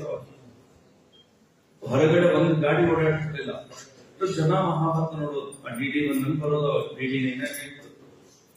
ಒಂದ್ಸರಿ ಎಲ್ಲರೂ ಅದಕ್ಕೆ ಹೋಗ್ತೀವಿ. ವಿದ್ಯಾಪೀಠದಲ್ಲಿ ಯಾರು ಇಲ್ಲ, ಭಾನುವಾರ ಪಾಠ ಸ್ವಾಮಿಗಳಿಗೆ ವಿಷಯ ಗೊತ್ತಾಯ್ತು. ಕರ್ಸಿದ್ರೆಲ್ಲ ಮಧ್ಯಾಹ್ನ ಎಲ್ಲೋಗಿದ್ರೆಲ್ಲ ನಮಗೇನೋ ನಾವೇನ್ ತಪ್ಪು ಮಾಡಿಲ್ಲ, ಮಹಾಭಾರತ ತಾನೇ ನೋಡ್ಲಿಕ್ಕೆ ಹೋಗಿದ್ದು, ಬೇರೆ ಏನೋ ಅಲ್ಲ. ನಮಗೇನೋ ಒಂದು ನಾನು ಚಿಕ್ಕ ಹುಡುಗರು, ನಮ್ ಸೀನಿಯರ್ಸ್ ಎಲ್ಲ ಏನ್ ಸ್ವಾಮಿ ಏನ್ ಬೇರೆ ಏನ್ ಮಾಡಿಲ್ಲ, ಮಹಾಭಾರತ ನೋಡ್ಲಿಕ್ಕೆ ಹೋಗಿದ್ದಷ್ಟೇ. ಸ್ವಾಮಿಗಳು ಬೈದ್ರು, ಏನ್ ಮಹಾಭಾರತ ನೋಡ್ತೀನಿ, ಏನ್ ದೊಡ್ಡ ಸಾಧನೆ ಅನ್ಕೊಂಡಿದ್ದೆ. ತಿಳ್ಕೊಳ್ರಿ ಸ್ವಾಮಿಗಳ ಅನುಸಂಧಾನ ಹೇಗಿದೆ. ಈಗ ಕೃಷ್ಣ ಯಾವನೋ ಪಾತ್ರ ಹಾಕೊಂಡಿದ್ದ, ಅವನ್ನೆಲ್ಲ ನೋಡ್ಕೊಂಡ್ ಬಂದ್ರಿ. ನಾಳೆ ಕೃಷ್ಣ ಮಂತ್ರ ಜಪ ಮಾಡ್ಬೇಕು, ಕಣ್ಣು ಮುಚ್ಚಬೇಕು. ಯಾರು ಕಣ್ಣು ಮುಂದೆ ಬರ್ತಾರೆ ಗೊತ್ತಾ? ಅವನು ಬರ್ತಾನೆ. ದೇವರು ನಮಗೆ ಅಂತ ಒಂದು ವಿಚಿತ್ರ ಶಕ್ತಿ ಕೊಟ್ಟ ನೋಡ, ಕಲ್ಪನಾ ಶಕ್ತಿ. ನಾವು ಕಲ್ಪನೆ ಮಾಡ್ಕೊಳ್ಳಿಕ್ಕೆ ದೇವರು ನಮಗೊಂದು ದೊಡ್ಡದು ಒಳಗೆ ಕೊಟ್ಟಿದ್ದಾರೆ. ಭಾರಿ ಇದೆ. ನೀವ್ಯಾರೋ ಒಂದು ಊರು ನೋಡಿಲ್ಲ, ನಾನು ಅದ್ರ ವರ್ಣನೆ ಮಾಡಿದ್ರೆ ನಿಮ್ಮೊಳಗೆ ನೀವು ಒಂದು ಡ್ರಾಯಿಂಗ್ ಮಾಡ್ಕೊಳ್ತಿದ್ದ. ಉದಾಹರಣೆಗೆ ನಮ್ಮೂರಲ್ಲಿ ಪಾಲಸಾಸ್ತಿ ಚೆನ್ನೈ, ನೀವು ನೋಡಿಲ್ಲ, ನಾನು ಅದ್ರ ಬಗ್ಗೆ ವರ್ಣನೆ ಮಾಡಿದ್ರೆ ನಿಮ್ಮೊಳಗೆ ನೀವು ಒಂದು ಕಲ್ಪನಾ ಮಾಡ್ಕೊತೀರಿ. ನಾನು ಅಲ್ಲಿ ಹೇಗಿದೆ ಹಾಗೆ ವರ್ಣನೆ ಮಾಡ್ತೇನೆ, ನೀವೆಲ್ಲ ಅದನ್ನ ಯಾಡ್ ಮಾಡ್ಕೊತೀರಿ. ನೀವೇನು ಒಂದು ಕಲ್ಪನಾ ಮಾಡ್ಕೊತೀರಲ್ಲ, ಈ ಕಲ್ಪನಾ ಶಕ್ತಿ ಹೊರಟದು. ಮಹಾಭಾರತ ನೋಡಿದ್ರೆ ಸ್ವಾಮಿ ಅನುಸಂಧಾನ ನೋಡಿದ್ರೆ, ಹೀಗಾಗಿ ಆಧ್ಯಾತ್ಮಿಕ ಧಾರಾವಾಹಿಗಳನ್ನು ನೋಡಿದ್ರು ನಮ್ಮ ನೈಷ್ಠಿಕ ಅನುಸಂಧಾನ ಕಡಿಮೆ ಆಗುತ್ತೆ ಅನ್ನೋದು ನಮ್ಮ ಗುರುಗಳ ವಾದ. ಆದ್ದರಿಂದಾಗಿ ಭಗವಂತ ಕೊಟ್ಟ ಶಕ್ತಿಯಿಂದ ಈ ಕಲ್ಪನಾ ರೂಪವಾದ ದೇವರ ಪ್ರತಿಮೆಯನ್ನ ನಾವು ನಿರ್ಮಾಣ ಮಾಡಿಕೊಂಡು ದೇವರ ಉಪಾಸನೆ ಮಾಡಬೇಕು. ಬೇಜಾರು ಮಾಡ್ಕೋಬೇಡಿ, ಬರೀ ಧ್ಯಾನದ ಬಗ್ಗೆ ಹೇಳ್ತಾ ಇದ್ದೀನಿ ಅಂತ. ಎಷ್ಟು ದೊಡ್ಡದಿದೆ ಇದು ಅಂತ, ಎಷ್ಟು ದೊಡ್ಡದಿದೆ ಇದು. ಈ ದೇವರ ರೂಪವನ್ನ ಒಮ್ಮೆ ಮುಂದೆ ಭಾಗವತದಲ್ಲಿ ಬರುತ್ತೆ, ಚತುರ್ಥ ಸ್ಕಂದದಲ್ಲಿ ನೀವು ಕೇಳ್ತೀರಿ. ಧ್ರುವ ಮಹಾರಾಜ ಚಿಕ್ಕಮ್ಮ ಬೈದ್ಯೋ ಅಂತ ಹೇಳಿ ಸುರುಚಿ ಬೈದದ್ದಕ್ಕೆ ಅಮ್ಮನ ಮುಂದೆ ಹೇಳಿದ, ಅಳ್ತಾ ಬಂದು, ಅಪ್ಪನ ತೊಡೆ ಮೇಲೆ ಕೂಡ್ಲಿಕ್ಕೆ ಬಿಡ್ಲಿಲ್ಲ ಅಂತ. ಅಮ್ಮ ಅವಕ್ಕೆ ಬೈದದ್ರಲ್ಲಿ ತಪ್ಪು, ನೀ ನನ್ನ ಹೊಟ್ಟೆಯಲ್ಲಿ ಹುಟ್ಟಿದ್ದೆ, ನಿನ್ನ ದೌರ್ಭಾಗ್ಯ. ಈ ಅಪ್ಪನ ತೊಡೆ ಮೇಲೆ ಕೂಡ್ತಿ, ಆ ಅಪ್ಪನ ತೊಡೆ ಮೇಲೆ ಕೂಡು ಒಂದು ಸಾಧನೆ ಕಳಿಸಿದ್ದು. ತಪಸ್ ಮಾಡು ಒಂದು ಕಾಡಿಗೆ ಹೋಗಿ. 5 ವರ್ಷದ ಬಾಲಕ, 5 ವರ್ಷ ಧ್ರುವ ಮಹಾರಾಜನಿಗೆ ಅಮ್ಮ ಹೇಳಿದ್ದು ಕಾಡಿನ ಹೊರಟೆ ಬಿಟ್ಟ. ನಾರದ ಬಂದ್ರು ದಾರಿಯಲ್ಲಿ, ಎಲ್ಲಿ ಹೊರಟಿದ್ದೆ? ಇಲ್ಲ ಚಿಕ್ಕಮ್ಮ ಬೈದ್ದು, ನಂಗೆ ತುಂಬಾ ಬೇಜಾರಾಯ್ತು, ನಮ್ಮಮ್ಮ ತಪಸ್ ಮಾಡುವಂತ ಕಳಿಸ್ತಾ ಇದ್ದಾಳು. ನಾರದ ಬಂದ್ರು, ಹೋಗಿ ಮನೆಗೆ ಹೋಗು, ಈ ಕಟ್ಟಿಗೆ ಗೊಂಬೆಗಳನ್ನ ಇಟ್ಟುಕೊಂಡು ದೇವರ ಪೂಜೆ ಆಟ ಆಡ್ತಾ ಇದ್ರು ಆಗಿನ ಕಾಲದ ಮಕ್ಕಳು. ಈಗೆಲ್ಲ ಮೊಬೈಲ್ ಅಲ್ಲಿ ಆಡ್ತಾರೆ. ಇದೆಲ್ಲ ಚಿಕ್ಕ ಚಿಕ್ಕ ಮಕ್ಕಳಿಗೆ ಒಂದು ಮನೆಯಲ್ಲಿ ಸಣ್ಣ ದೇವ್ರ ಪೆಟ್ಟಿಗೆ ಕೊಟ್ಟಿರೋರು. ಮನೆಯಲ್ಲಿ ಹಿರಿಯರು ಏನ್ ಮಾಡ್ತಾರೋ ಮಕ್ಕಳು ಮಾಡ್ತಾರೆ. ಅಪ್ಪ ಅಮ್ಮ ಪೂಜಾ ಮಾಡ್ತಾ ಇದ್ರೆ ಮಕ್ಕಳು ಅದು ನೋಡಿ ಒಂದು ತಾವು ಪೂಜಾ ಮಾಡೋದು. ಹೋಗ ಕಟ್ಟಿಗೆ ಗೊಂಬೆ ಇಟ್ಕೊಂಡು ದೇವರ ಪೂಜೆ ಆಟ ಆಡು. ನೀನು ಎಂತಹ ಋಷಿ ಮುನಿಗಳಿಗೆ ಒಲಿಯದೇ ಇರುವ ಪರಮಾತ್ಮ ನಿನಗೇನು ಒಲಿತ? ಧ್ರುವ ಮಹಾರಾಜ, ನಂಗೆ ಗೊತ್ತಿಲ್ಲ, ನಮ್ಮಮ್ಮ ಹೇಳಿದ ನಾನು ತಪಸ್ಸಿಗೆ ಹೋಗ್ತೀನಿ ಅಂತ. ನಾರದರಿಗೆ ಸಂತೋಷ ಆಗಿ ಕರೆಕ್ಟ್ ಆಗಿ ಅವನಿಗೆ ನೀನ್ ಎಲ್ಲಿ ಹೋಗ್ಬೇಕು, ಹೆಂಗ್ ಸ್ನಾನ ಮಾಡ್ಬೇಕು, ಹೆಂಗ್ ಕೂಡ್ಬೇಕು, ಹೆಂಗ್ ಉಪಾಸನೆ ಮಾಡ್ಬೇಕು, ಹೇಗೆ ಜಪ ಮಾಡ್ಬೇಕು, ಯಾವ ರೂಪವನ್ನ ಜಪ ಮಾಡಬೇಕು, ಆ ಪರಮಾತ್ಮ ಹೆಂಗಿದ್ದಾನೆ ಅವನನ್ನ ನೀನು ಹಿಂಗೆ ಚಿತ್ರಿಸಿಕೊಂಡು ನೀನು ಉಪಾಸನೆಯನ್ನ ಮಾಡುವಂತ ಹೇಳಿ ಬೆಳೆಸಿದ್ರೆ ಧ್ರುವ ಹಾಗೆ ಮಾಡ್ತಾನೆ. ಅವನು ಒಳಗೆ ನಾರದರು ಹೇಳಿದ್ದು ತಾನೊಂದು ರೂಪವನ್ನ ಕಲ್ಪನಾ ಮಾಡ್ಕೊಂಡಲ್ಲ, ಆ ರೂಪವನ್ನ ಕಲ್ಪನಾ ಮಾಡ್ಕೊಂಡು ಉಪಾಸನೆ ಮಾಡ್ತಾ ಇದ್ರೆ ದೇವರ ಎದುರಿಗೆ ಬಂದು ವಾಸುದೇವನ ಮಂತ್ರವನ್ನ ಅವನು ಉಪಾಸನೆ ಮಾಡಿ. ಧ್ರುವ ಮಹಾರಾಜನ ಕೆನ್ನೆ ಮೇಲೆ ಹೀಗೆ ಅವನು ಕೈ ಆಡಿಸ್ತಾನೆ. ದೇವರು ಕಣ್ಣು ತೆಗಿತಾನೆ, ದೇವರ ರೂಪ ಕಾಣ್ತಾ ಇಲ್ಲ ಅವನು. ಯಾಕೆಂದ್ರೆ ಕಣ್ಣು ತುಂಬಾ ನೀರು ತುಂಬಿಕೊಂಡ್ಬಿಟ್ಟಿದೆ. ಒರೆಸಿಕೊಂಡ, ಆ ರೂಪ ನೋಡಿದ. ಆ ರೂಪ ಹೇಗಿತ್ತು ಗೊತ್ತಾ? ಇವನು ಒಳಗೆ ಹೆಂಗ್ ಉಪಾಸನೆ ಮಾಡಿದ್ದಲ್ಲ ಹಂಗೆ ಹಾಗೆ ನಮ್ಮ ಗುರುಗಳು ಹೇಳ್ತಾರೆ. ಸಾಮಾನ್ಯವಾಗಿ ದೇವರು ಹಿಂಗಿರ್ತ, ಬಲಗೈಯಲ್ಲಿ ಶಂಖ, ಬಲಗೈಯಲ್ಲಿ ಚಕ್ರ, ಎಡಗೈಯಲ್ಲಿ ಶಂಖ. ಸಾಮಾನ್ಯವಾಗಿ ಈ ರೂಪ ನಾವೆಲ್ಲಾ ಕಡೆ ನೋಡ್ತೇವೆ. ನೀವು ಉಪಾಸನೆ ಮಾಡಬೇಕಾದ್ರೆ ಬಲಗೈಯಲ್ಲಿ ಶಂಖ, ಎಡಗೈಯಲ್ಲಿ ಚಕ್ರ ಅಂತ ಇಟ್ಟುಕೊಂಡು ಉಪಾಸನೆ ಮಾಡಿದ್ರೆ, ನಮ್ ಯೋಗ್ಯತಾ ಕರೆಕ್ಟ್ ಆಗಿದ್ದು, ನಮ್ ಬುದ್ಧಿ ಪಕ್ವವಾಗಿದ್ರೆ, ದೇವರ ಸಾಕ್ಷಾತ್ಕಾರ ಆದ್ರೆ ದೇವರು ಹೇಗೆ ಬರ್ತಾರಂತ ಗೊತ್ತಾ? ಬಲಗೈಯಲ್ಲಿ ಶಂಖ, ಎಡಗೈಯಲ್ಲಿ ಚಕ್ರ ಇಟ್ಕೊಂಡೇ ಬರ್ತಾನೆ. ಅಂದ್ರೆ ಏನ್ ಕಾರುಣ್ಯ ದೇವರು. ನಾನು ಹುಟ್ಟಿಸಿದ ಮಗು ಇವತ್ತೊಂದ್ ದಿನ ಗುರುವಾರ ರಾಯರ ಮಠಕ್ಕೆ ಹೋಗ್ಬೇಕು. ಆ ಪ್ಯಾಂಟ್ ಗೀಟ್ ಹಾಕೊಳ್ಳೋದು ಬಿಟ್ಟು ಒಂದು ಪಂಚೆ ಇಟ್ಕೊಂಡು ಇವತ್ತೊಂದ್ ದಿನ ಮಠಕ್ಕೆ ಸರೀರಿ, ಅದೆಲ್ಲ ಆಗಲ್ಲ. ಇವತ್ತೊಂದಿನ ಏನೋ ಡ್ರೆಸ್ ಹಾಕೋಬೇಡ, ಸೀರೆ ಉಟ್ಕೊಂಡು ಮಠಕ್ಕೆ ಬಾ, ಅದೆಲ್ಲ ಬರಲ್ಲ, ನಾನ್ ಮಾಡಲ್ಲ. ನಾನ್ ಹುಟ್ಟಿಸಿದ ಮಗು, ನಾನ್ ಕೊಡಿಸಿದ ಬಟ್ಟೆ, ಯಾವತ್ತೂ ಒಂದು ದಿನ ನಾನು ಹೇಳಿದಾಗ ರೆಡಿ ಆಗು ಅಂದ್ರೆ ನಮ್ಮ ಮಕ್ಕಳಾಗಲ್ಲ. ಇಡೀ ಜಗತ್ತನ್ನು ಸೃಷ್ಟಿ ಮಾಡಿದ ಪರಮಾತ್ಮ ಆ ಪರಮಾತ್ಮ ನಾನೇನ್ ಹೇಳ್ತೀನಿ ಹಂಗ ರೆಡಿ ಆಗ್ತಾನೆ ದೇವರು. ಏನ್ ದೇವರ ನರಸಿಂಹಾವತಾರದಲ್ಲಿ ಒಂದು ತಮಾಷೆ ಹೇಳ್ತಿರ್ತಾರೆ. ನರಸಿಂಹದೇವರು ಪ್ರಕಟ ಆಗೋಕ್ಕಿಂತ ಮೊದಲು ಅಂದ್ರೆ ಪ್ರಹ್ಲಾದ ರಾಜ ಹಿರಣ್ಯಕಶಿಪುವಿಗೆ ವಾದ ನಡೆದಿತ್ತು, ದೇವರಿದ್ದಾನೋ ಇಲ್ವೋ ಅಂತ. ವೈಕುಂಠದಲ್ಲಿ ದೇವರು ಈ ನರಸಿಂಹ ರೂಪವನ್ನ ರೆಡಿ ಮಾಡ್ಕೊತಾ ಇದ್ದಾನೆ. ಅಂದ್ರೆ ಮುಖ ಎಲ್ಲ ಸಿಂಹ ರೂಪ, ಮೈಯೆಲ್ಲ ನರ.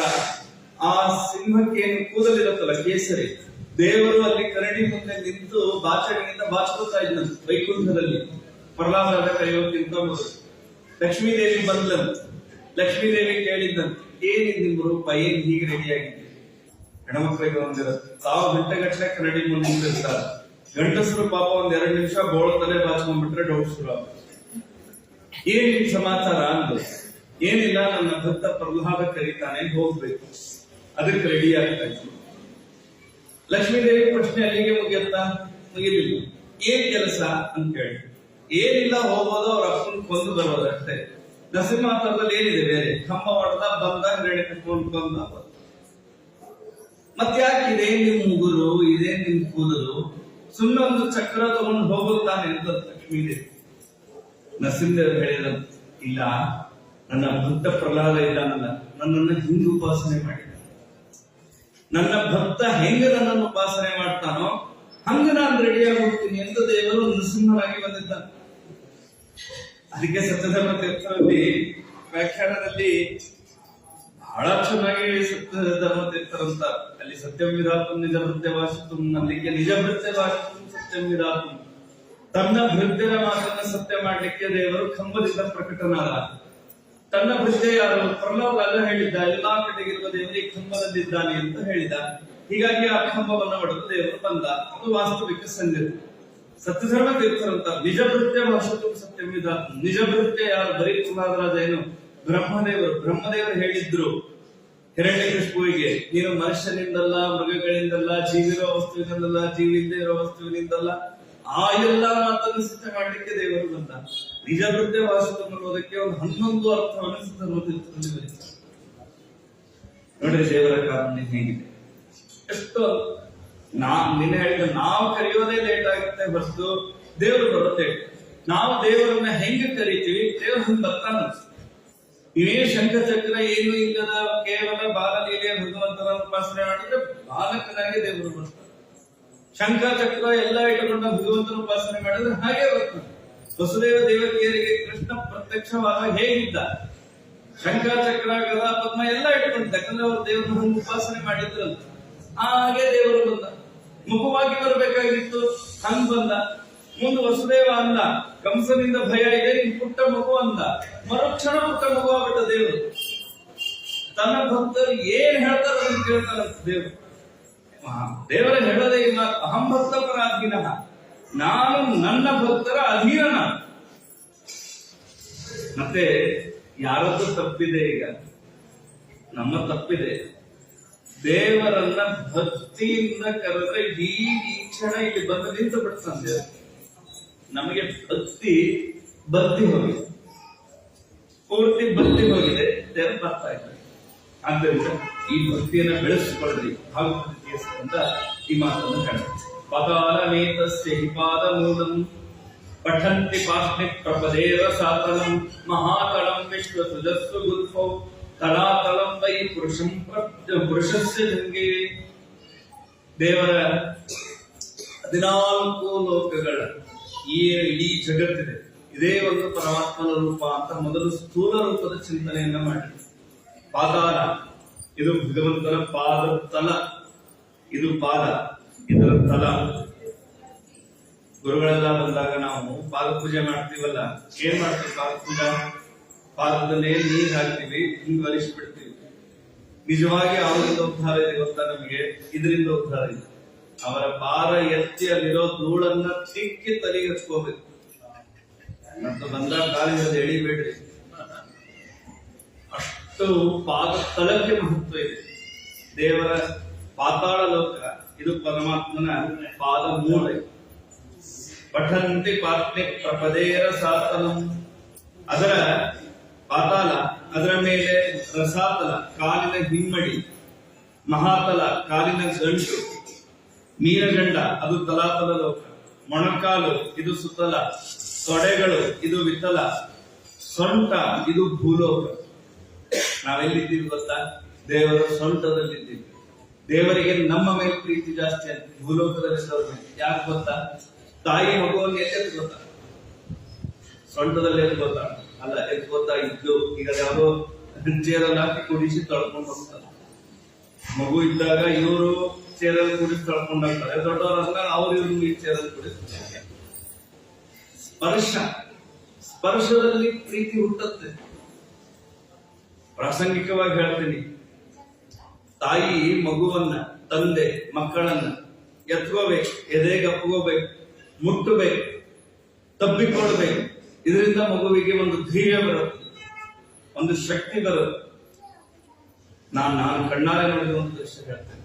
ನನಗೆ ಮಗು ಹುಟ್ಟಿದಾಗ ಏನೋ ತೊಂದರೆಯಾಗಿ ICU ಒಳಗಿಟ್ಟಿದ್ರು. ಹುಟ್ಟಿದ ದಿನವೇ ಅಲ್ಲಿ ಯಾರೋ ಒಬ್ಬರಿಗೆ ಪ್ರೀಮೆಚ್ಯೂರ್ ಆಗಿ ಅವಳಿ 6.5 ತಿಂಗಳಿಗೆ ಮಗು ಹುಟ್ಟಿದ್ರು. ಅದನ್ನ ಅಲ್ಲಿ ಬಾಕ್ಸ್ ಅಲ್ಲಿ ಇಟ್ಟಿದ್ರು. ಆ ಮಗು ತುಂಬಾ ವೀಕ್ ಇತ್ತು. ಅದಕ್ಕೆ ಏನು ಔಷಧಿ? ನನಗೆ ಇಷ್ಟು ದೇವರ ಮಹಿಮೆಯನ್ನ ನೋಡಿ ಅಲ್ಲಿ ಮೈ ರೋಮಾನ್ ಈಗ ನೆನೆಸ್ಕೊಂಡ್ರೆ ಮೈ ಜುಮ್ಮಂತೆ. ಆಗ ಇನ್ನು ಸೆಕೆಂಡ್ ಲಾಕ್ಡೌನ್ ಟೈಮ್ ಅದು. ಅಲ್ಲಿ ಎಲ್ಲಾರು ಒಳಗ್ ಬಿಡ್ತಾನೆ ಇರ್ಲಿಲ್ಲ, ಯಾಕಂದ್ರೆ ಕೋವಿಡ್ ಟೈಮ್ ಇರೋದ್ರಿಂದ. ಆದ್ರೆ ದಿನಾ ತಾಯಿ ಬೆಳಿಗ್ಗೆ 2.5 ತಾಸು, ಸಾಯಂಕಾಲ 2.5 ತಾಸು ಅಲ್ಲಿ ಬರ್ಬೇಕು. ಆಕೆದ ಏನ್ ಕೆಲಸ ಗೊತ್ತಾ? ಆಕೆ ಎದೆಗೆ ಎರಡು ಮಕ್ಕಳನ್ನ ಹಿಂಗಿಟ್ಟು ಒಂದು ಬೆಲ್ಟ್ ಕಟ್ತಾ ಇತ್ತು. ಆಕೆ ಆ ಮಗುವನ್ನ ಹಿಂಗ್ ಇಟ್ಕೊಂಡು ಹಿಂಗ್ ಮಾಡ್ತಾ ಕೂಡ್ಬೇಕು. ದಿನಾ ಬೆಳಿಗ್ಗೆ 2 ತಾಸು, ಸಾಯಂಕಾಲ 2 ತಾಸು ಹಿಂಗ್ ಮಾಡ್ಬೇಕಂತ. ಆ ಮಕ್ಕಳಿಗೆ ಅದೇ ಔಷಧಿ ಅಂತ. ಆ ತಾಯಿಯ ಸ್ಪರ್ಶದಿಂದ ಅದಕ್ಕೆ ಶಕ್ತಿ ಬರುತ್ತಂತ ಲೆಕ್ಕ. ಏನು ವಿಚಿತ್ರ ಶಕ್ತಿ ಇದೆ ಸ್ಪರ್ಶ. ಅವು ಅದರಿಂದೇ ಗುಣ ಆಗುತ್ತೆ. ಅವುಗಳಿಗೆ ಬೇರೆ ಔಷಧಿನೇ ಇಲ್ಲ. ಅಂದ್ರೆ ಎಷ್ಟು ಅದ್ಭುತವಾದದ್ದು ದೇವರದ್ದು ವಿಚಿತ್ರ ಔಷಧಿಗಳಿವೆ. ಹೀಗಾಗಿ ಅದನ್ನ ಕಳ್ಕೊತಾ ಇದ್ದೀನಿ ನಾನು. ಏನೇನೋ ಸಾಧನಗಳು, ತಂತ್ರಗಳು ಬಂದು ನಿಜವಾದದ್ದನ್ನೇನು ಅವರ ಮಕ್ಕಳಿಗೆ ಕೊಡ್ಬೇಕಲ್ಲ, ಪ್ರೀತಿ ವಿಶ್ವಾಸ, ಅದು ಹೋಗ್ತಾ ಇದೆ. ದೇವರು ತಾಯಿ ಹೇಗೆ ಮಗುವನ್ನ ಸೊಂಟದಲ್ಲಿ ಕೂಡಿಸ್ಕೋಬೇಕು, ಹಾಗೆ ಈ ಭೂಲೋಕವನ್ನ ತನ್ನ ಸೊಂಟದಲ್ಲಿ ಇಟ್ಕೊಂಡಿದ್ದಾರೆ. ನಾವೆಲ್ಲ ದೇವರ ಮಕ್ಕಳು, ಎಷ್ಟೇ ದೊಡ್ಡವರಾದ್ರೂ ದೇವರ ಮಕ್ಕಳು. ಆದ್ದರಿಂದಾಗಿ ಅಂತಹ ಪರಮಾತ್ಮ ಅವನ ಆ ಸೊಂಟ ಭೂಲೋಕ, ಅಂತರಿಕ್ಷ ನಾಭಿ, ಎದೆಯಲ್ಲಿ ಸ್ವರ್ಗ, ಕುತ್ತಿಗೆಯಲ್ಲಿ ಮಹರ್ಲೋಕ, ಮುಖದಲ್ಲಿ ಜನೋಲೋಕ, ಹಣೆಯಲ್ಲಿ ತಪೋಲೋಕ, ತಲೆಯಲ್ಲಿ ಸತ್ಯಲೋಕ. ಹೀಗೆ ಇಂದ್ರಾದಿ ಲೋಕಪಾಲಕರು ಬಾಹುಗಳು, ಶ್ರೋತ್ರಾಭಿಮಾನಿಗಳು ಕಿವಿ. ಎಷ್ಟು ಚೆನ್ನಾಗಿದೆ. ನಾಸತ್ಯ ಮತ್ತು ದಸರಾ ಅಶ್ವಿನಿ ದೇವತೆಗಳು, ಮೂಗಿನ ಹೊಳ್ಳೆ ಅವರು. ಇದು ಈ ಪರಮಾತ್ಮನ ಒಂದು ವಿರಾಟ್ ರೂಪ. ಈ ವಿರಾಟ್ ರೂಪದ ಚಿಂತನೆಯನ್ನು ಮೊದಲು ಶುರು ಮಾಡಿ, ಈ ವಿರಾಟ್ ರೂಪದಲ್ಲಿ ಒಂದೊಂದೇ ಅವಯವಗಳು. ಇವತ್ತು ಬರೀ ಪಾದದ ಬಗ್ಗೆ ಸಿದ್ಧಿ ಆಗ್ಬೇಕು. ಸಿದ್ಧಿ ಆಗೋದು ಅಂದ್ರೆ ಹಿಂಗ್ ಕಣ್ಣು ಮುಚ್ಚಿದ್ರೆ ದೇವರ ಪಾದ ಕಾಣಬೇಕು. ಈ ಕೂತ್ರ ನಿಂತು ನಮಗೆ ಯಾವ್ದ್ರ ಬಗ್ಗೆ ತುಂಬಾ ಧ್ಯಾನ ಮಾಡ್ತೀವೋ ಅದು ಕಾಣುತ್ತೆ. ಹಿಂಗ್ ಕಣ್ಣು ಮುಚ್ಚಿದ್ರೆ ನಾವು ಯಾರು ತುಂಬಾ ಇಷ್ಟನೋ ಅವ್ರು ಕಾಣಿಸ್ತಾರೆ. ನಾವು ಯಾವುದಕ್ಕೆ ಜಗತ್ತಿನಲ್ಲಿ ತುಂಬಾ ಪ್ರಾಶಸ್ತ್ಯ ಕೊಟ್ಟಿದ್ದೀವಿ. ಕೆಲವರಿಗೆ ಕಾರ್ ಕಾಣುತ್ತೆ, ಕೆಲವರಿಗೆ ಹಣ ಕಾಣುತ್ತೆ, ಕೆಲವರಿಗೆ ಹೆಂಡತಿ, ಕೆಲವರಿಗೆ ಮಕ್ಕಳು, ಏನೇನೋ ಕಾಣ್ತಾರೆ. ದೇವರು ಕಾಣುತ್ತೆ, ಯಾಕಂದ್ರೆ ದೇವರಿಗೆ ನಾವು ಪ್ರಾಶಸ್ತ್ಯ ಕೊಟ್ಟೇ ಭಾಗವತ ಅನ್ನಂತೆ. ಹೀಗೆ ನಾವು ಏವಂ ಪುರಾಧಾರಣ ಆತ್ಮಯೋನಿ ಘಟ್ಟಾಂ ಸ್ಮೃತಿ ಪ್ರತ್ಯವರ್ಷ ದೃಶ್ಯ. ಉಳಿದೆಲ್ಲ ಮರ್ತು ಬಿಡಬೇಕಂತ. ಉಳಿದೆಲ್ಲವನ್ನ ಮರೆತು ಚತುರ್ಮುಖ ಬ್ರಹ್ಮ ಪರಮಾತ್ಮನಿಂದ ಜನಿಸಿದ ಕಾಲದಲ್ಲಿ ಹಿಂದಿನ ಕಲ್ಪದ ಪ್ರಪಂಚದ ಸೃಷ್ಟಿಯ ಕ್ರಮದ ಬಗ್ಗೆ ಅರಿವು ಅವನಿಗೆ ಸ್ವಲ್ಪ ಮರೆಯಾಗಿತ್ತು. ಅದಕ್ಕಾಗಿ ಅವನು ಹಿಂದೆ ಹೇಳಿದಂತೆ ಧಾರಣ ಮಾಡಿ ಸ್ಫೂರ್ತಿ ಪಡೆದು ಆಮೇಲೆ ಹಿಂದಿನ ಕಲ್ಪದಂತೆ ತಾನು ಪ್ರಪಂಚವನ್ನ ಸೃಷ್ಟಿ ಮಾಡ್ತಾನೆ ಪರಮಾತ್ಮ. ಆದ್ದರಿಂದ ಈ ಪರಮಾತ್ಮನ ರೂಪವನ್ನ ಧಾರಣ ಮಾಡಬೇಕು. ಭಾಗವತ ಬಹಳ ಅದ್ಭುತವಾಗಿ ಹಾಗಾದ್ರೆ ಏನೇ ಮೆಟೀರಿಯಲ್ಸ್ ಗಳನ್ನ ರೆಡಿ ಮಾಡ್ಕೋಬೇಕು. ಹಿಂದೆ ಸಿಂಪಲ್ ಆಗಿ ಒಂದು ಮಾತು ಹೇಳ್ತಾರೆ, ಜಿತೇಂದ್ರಿಯ. ಆ ಜಿತೇಂದ್ರಿಯನ ವರ್ಣನೆ ಮಾಡ್ತಾರೆ. ಏನ್ ವರ್ಣನೆ ಮಾಡ್ತಾರೆ ಗೊತ್ತಾ? ನಮ್ಮ ಮನೆಯಲ್ಲಿ ಎಷ್ಟು ವಸ್ತುಗಳು ಹೆಚ್ಚಾಗತ್ತೆ ಅಷ್ಟು ದೇವರಲ್ಲಿ ಭಕ್ತಿ ಕಡಿಮೆ ಆಗುತ್ತೆ. ಮನೆಗಳಲ್ಲಿ ಅಲ್ಲ, ಮನೆಯಿಂದ. ಒಂದು ಕಡೆಗೆ ಇಲ್ಲೇ ಭಾಗವತ ಬಾಡಿಗೆ ಮನೆಯಲ್ಲಿ ಇರುತ್ತೆ. ಒಂದು ಮಾತು ಇದೆ, ಸ್ವಂತ ಮನೆ ಯಾವಾಗಲೂ ದುಃಖಕ್ಕೆ. ಇದೇ ಬಾಡಿಗೆ ಮನೆ. ಈ ಬಾಡಿಗೆ ಮನೆ ಇರ್ಲಿಕ್ಕೆ ಸ್ವಂತ ಮನೆ ಬೇಕಾ? ಇದೇ ಬಾಡಿಗೆ ಮನೆ, ಇದು ದೇವರ ಮನೆ. ದೇವರು ಕೊಟ್ಟದ್ದು ಈಶಾವಾಸ್ಯಂ ಅಂತ. ಈ ಬಾಡಿಗೆ ಮನೆಯಲ್ಲಿರೋ ನನಗೆ, ಬಾಡಿಗೆ ಮನೆ ಅಂದ್ರೆ ಏನು, ಓನರ್ ಯಾವತ್ತು ಹೇಳ್ತಾನೆ ಅವತ್ತು ಖಾಲಿ ಮಾಡ್ಬೇಕು. ಇದಕ್ಕೂ ಓನರ್ ಇದ್ದಾನಲ್ಲ, ಅವನು ಹೇಳಿದ ಮೇಲೆ ಒಂದು ದಿನ ಟೈಮ್ ತಗೊಳ್ಳೋ ಹಾಗಿಲ್ಲ. ಅಂತಕ್ಕನ ದೂತರಿಗೆ ಕಿಂಚಿತ್ತು ದಯವಿಲ್ಲ. ಪುತ್ರ ಹುಟ್ಟಿದ ದಿವಸ, ಹಾಲು ಊಟದ ಹಬ್ಬ, ಮತ್ತೊಬ್ಬ ಮಗನ ಉಪನಯನ ನಾಳೆ, ಅತ್ತಿಯಾಗದೆ ಬದುಕು ಸಾಯಲಾರೆ. ಏನ್ ಹೇಳ್ತಾರ, ಇವತ್ತು ಮಗ ಹುಟ್ಟ ನಾನು ಹೆಂಗ್ ಸಾಯಿದೆ, ಸ್ವಲ್ಪ ದಿನ ಬಿಟ್ಟು ಬರ್ತೀನಿ ಕೇಳ್ತಾರ. ಅಂತಕನ ದೂತರಿಗೆ ಕಿಂಚಿತ್ತು ದಯ, ಎಳ್ಳಷ್ಟು ದಯ ಇಲ್ಲ. ಮತ್ತೊಬ್ಬ ಮಗನ ಉಪನಯನ ನಾಳೆ ಉಪನಯನ ಇದೆ, ಬಂಧುಗಳೆಲ್ಲ ಬಂದ್ಬಿಟ್ಟಿದ್ದಾರೆ, ನಾನು ಹೆಂಗ್ ಸಾಯಿದೆ, ಅರ್ಥಿಯಾಗಿದೆ ಬದುಕು ಸಾಯಿಲಾರೆ.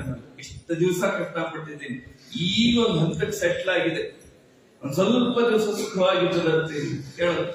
ಇದೇ ಬಾಡಿಗೆ ಮನೆ. ಯಾವಾಗ ಖಾಲಿ ಮಾಡುವಂತಾರ ಅವಾಗ ಖಾಲಿ ಮಾಡ್ಲೇಬೇಕು. ಆಮೇಲೆ ಇರ್ಲಿಕ್ಕಿಲ್ಲ. ಈ ಓನರ್ ಬೇಕಾದ್ರೆ ರಿಕ್ವೆಸ್ಟ್ ಮಾಡ್ಕೋಬಹುದು, 1-2 ತಿಂಗಳು ಟೈಮ್ ಕೊಡ್ರಿ, ಬೇರೆ ಮನೆ ನೋಡ್ತೀವಿ, ಏನೇನೋ ಹೇಳಿ 1-2-3 ತಿಂಗಳು ತಡಬಹುದು. ಆ ಓನರ್ 2 ಸೆಕೆಂಡ್ ಟೈಮ್ ಕೊಡಲ್ಲ, ಕರ್ಕೊಂಡು ಹೋಗಿ. ಆದ್ದರಿಂದ ಹಾಗಾದ್ರೆ ಹೇಗಿರ್ಬೇಕು ವಿವೇಕ, ಸತ್ಯಾಂಶಿತವು ಕಿಂ ಕಶಿಪೋಸ್ತ್ರಯಾಸ ಆಗುತ್ತ. ಭೂಮಿ ಇದ್ದಾಗ ಹಾಸಿಗೆ ಬಗ್ಗೆ ಚಿಂತನೆ ಮಾಡಿ, ಆರಾಮ್ ನೆಲದ ಮೇಲೆ ಮಾತು. ಕೆಲವರು ತಲೆದಿಂಬಿ ಪ್ರಯ ಬಾಹೋಸ ಸಿದ್ಧೆ ಉಪಬರ್ಹಣಿ ಆಗುತ್ತಾರೆ. ಇಷ್ಟು ಕಷ್ಟ ಪಡ್ತಾರೆ ಕೆಲವರು, ತಲೆದಿಂಬಿಲ್ಲ ಅಂತ ನಿದ್ದೆ ಬರುತ್ತೆ. ಟ್ರೈನಲ್ಲಿ ನೋಡ್ಬೇಕು, ಅದನ್ನು ಊದ್ತಾರೆ ಎಲ್ಲೋ ತೂತಾಗ್ತಂತ. ಇವ್ರು ಇಡೀ ಜರ್ನಿ ಮುಗಿಯೋತ್ರ ಊದ್ತಾನೇ ತರೋದು, ಊದ್ತಾರೆ ಅದು ಗಾಳಿ ಹೋಗ್ಬಿಡುತ್ತೆ, ಊದ್ತಾರೆ ಗಾಳಿ ಹೋಗ್ಬಿಡುತ್ತೆ. ಬಾಹೋಸ ಸಿದ್ಧೆ, ಇದು ತಲೆದಿಂಬ ದೇವರು ನ್ಯಾಚುರಲ್ ಆಗಿ ಕೊಟ್ಟಿದ್ದಾನೆ. ಮರ್ತೋಯ್ತು ಏನ್ ಮಾಡೋದು, ಇಲ್ಲೇ ಇಲ್ಲ ನೋಡ್ರಿ, ಹಿಂಗಿಟ್ಕೊಳ್ರಿ, ತಲೆ ಇಟ್ಕೊಳ್ರಿ ಮಲಗಿ. ಭೂಮಿ ಇದ್ದಾಗ ಹಾಸಿಗೆ ಚಿಂತೆ ಬೇಡ, ಬಾಹುಗಳಿದ್ದಾಗ ತಲೆದಿಂಬಿನ ಚಿಂತೆ ಬೇಡ. ಸತ್ಯಾಂಗದೋಕಿ ಪುರುಪರ್ಣ ಪಾತ್ರ. ಹೀಗೆ ಭಗಸೆ ಮಾಡಿದ್ರೆ ನೀರು ನಿಲ್ಲತ್ತಲ್ಲ, ಕುಡಿಲಿಕ್ಕೆ ಬರುತ್ತಲ್ಲ. ನನಗೆ ಬೆಳ್ಳಿ ಟಮ್ಲರೇ ಬೇಕು, ಬಂಗಾರದ ತೊಟ್ಟನೇ ಬೇಕು. ಇದು ವೈರಾಗ್ಯಕ್ಕೆ ಹೇಳಿದ್ದು. ಆದ್ರೆ ಧರ್ಮಶಾಸ್ತ್ರದಲ್ಲಿ ಒಂದು ಮಾತಿದೆ, ಅದನ್ನು ಹೇಳ್ತೇನೆ. ಹೀಗೆ ಅವತ್ತು ನೀರು ಕುಡಿಬಾರ್ದು, ಒಂದು ಪಾತ್ರೆಯಿಂದೇ ನೀರು ಕುಡಿಬೇಕು. ಈಗ ಭಗಸೆಯಿಂದ ನೀರು ಕುಡಿಬಾರ್ದು ಅಂತ ಧರ್ಮಶಾಸ್ತ್ರದಲ್ಲಿ ಹೇಳಿದ್ದೇನೆ. ಇಲ್ಲಿ ಹೇಳ್ತಿರೋದು ತುಂಬಾ ಬೇರೆ ಪಾತ್ರೆಗಳನ್ನ ಅವಲಂಬಿಸಬೇಡಿ. ಕೆಲವರಿಗೆ ಇಂಥ ತಂಬಿಗೆ ನೀರು ಬೇಕು, ನಮ್ ತಂಬಿಗೆ ನೀರು ಬೇಕು, ನಾವು ಇದೇ ತಂಬಿಗೆ ಇಟ್ಕೊಂಡು ಅದು ಕಾಣಿಸಿಲ್ಲ ಅಂತ ಗಲಾಟೆ. ಸತ್ಯಾಂಜಲೋಕಿ ಪುರುಪರ್ಣ ಪಾತ್ರೆ ದಿಗ್ವಸ್ತ್ರ ಲಾಭೆ ಸ್ಥಿತಿಂದು ಕೂಲಿ. ದಿಗ್ವಸ್ತ್ರವೇ ವಸ್ತ್ರ, ಬಟ್ಟೆಯಿಂದ ಏನಾಗಬೇಕಾಗಿದೆ. ಅಯ್ಯೋ ಜನ ಎಲ್ಲ ಬೈತಾರೆ. ಅದಕ್ಕೆ ಭಾಗವತನ ಚಿರಾಣಿಕಿ ಪಥಿನ ಸಂತೆ ದಿಶಂತಿ ಭಿಕ್ಷಾ.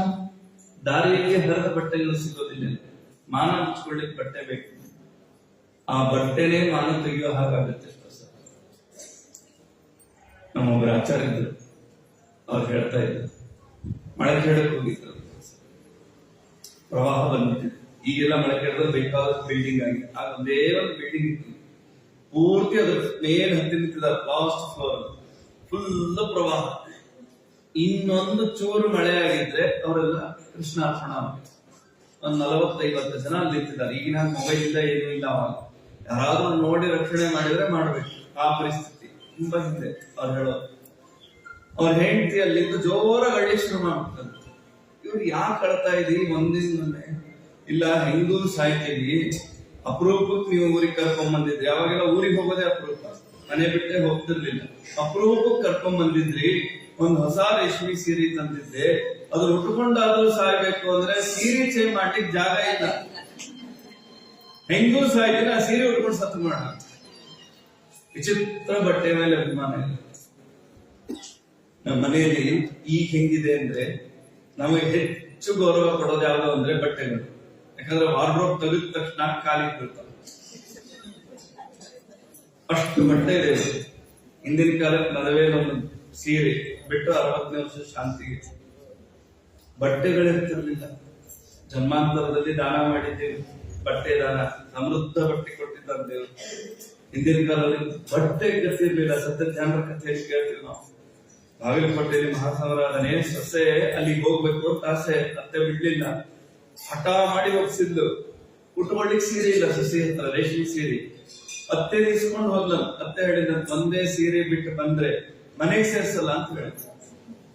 ಈ ಗಲಾಟೆ ತೀರ್ಥ ಮುದ್ರಾ ಮಠದಲ್ಲಿ ಗಲಾಟೆ ಒಳಗೆ ಸೀರೆ ಕಳೆದು ಊಟಕ್ಕೆ ಕೂತಿದ್ದಾಳೆ, ಗಳ ಗಳ ಗಳ ಆಡ್ತಾ ಇದ್ದಾಳ.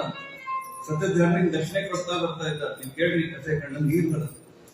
ಆ ದಕ್ಷಿಣೆ ಕೊಡೋ ಫೋರ್ಸ್ ಅಲ್ಲಿ ಆಕೆ ಊಟ ಮಾಡಿದ್ರೆ ಅಳತಾ ಕೂತದ್ದನ್ನು ಗಮನಿಸಿದ್ರು ಸತ್ಯಧಾರಣ.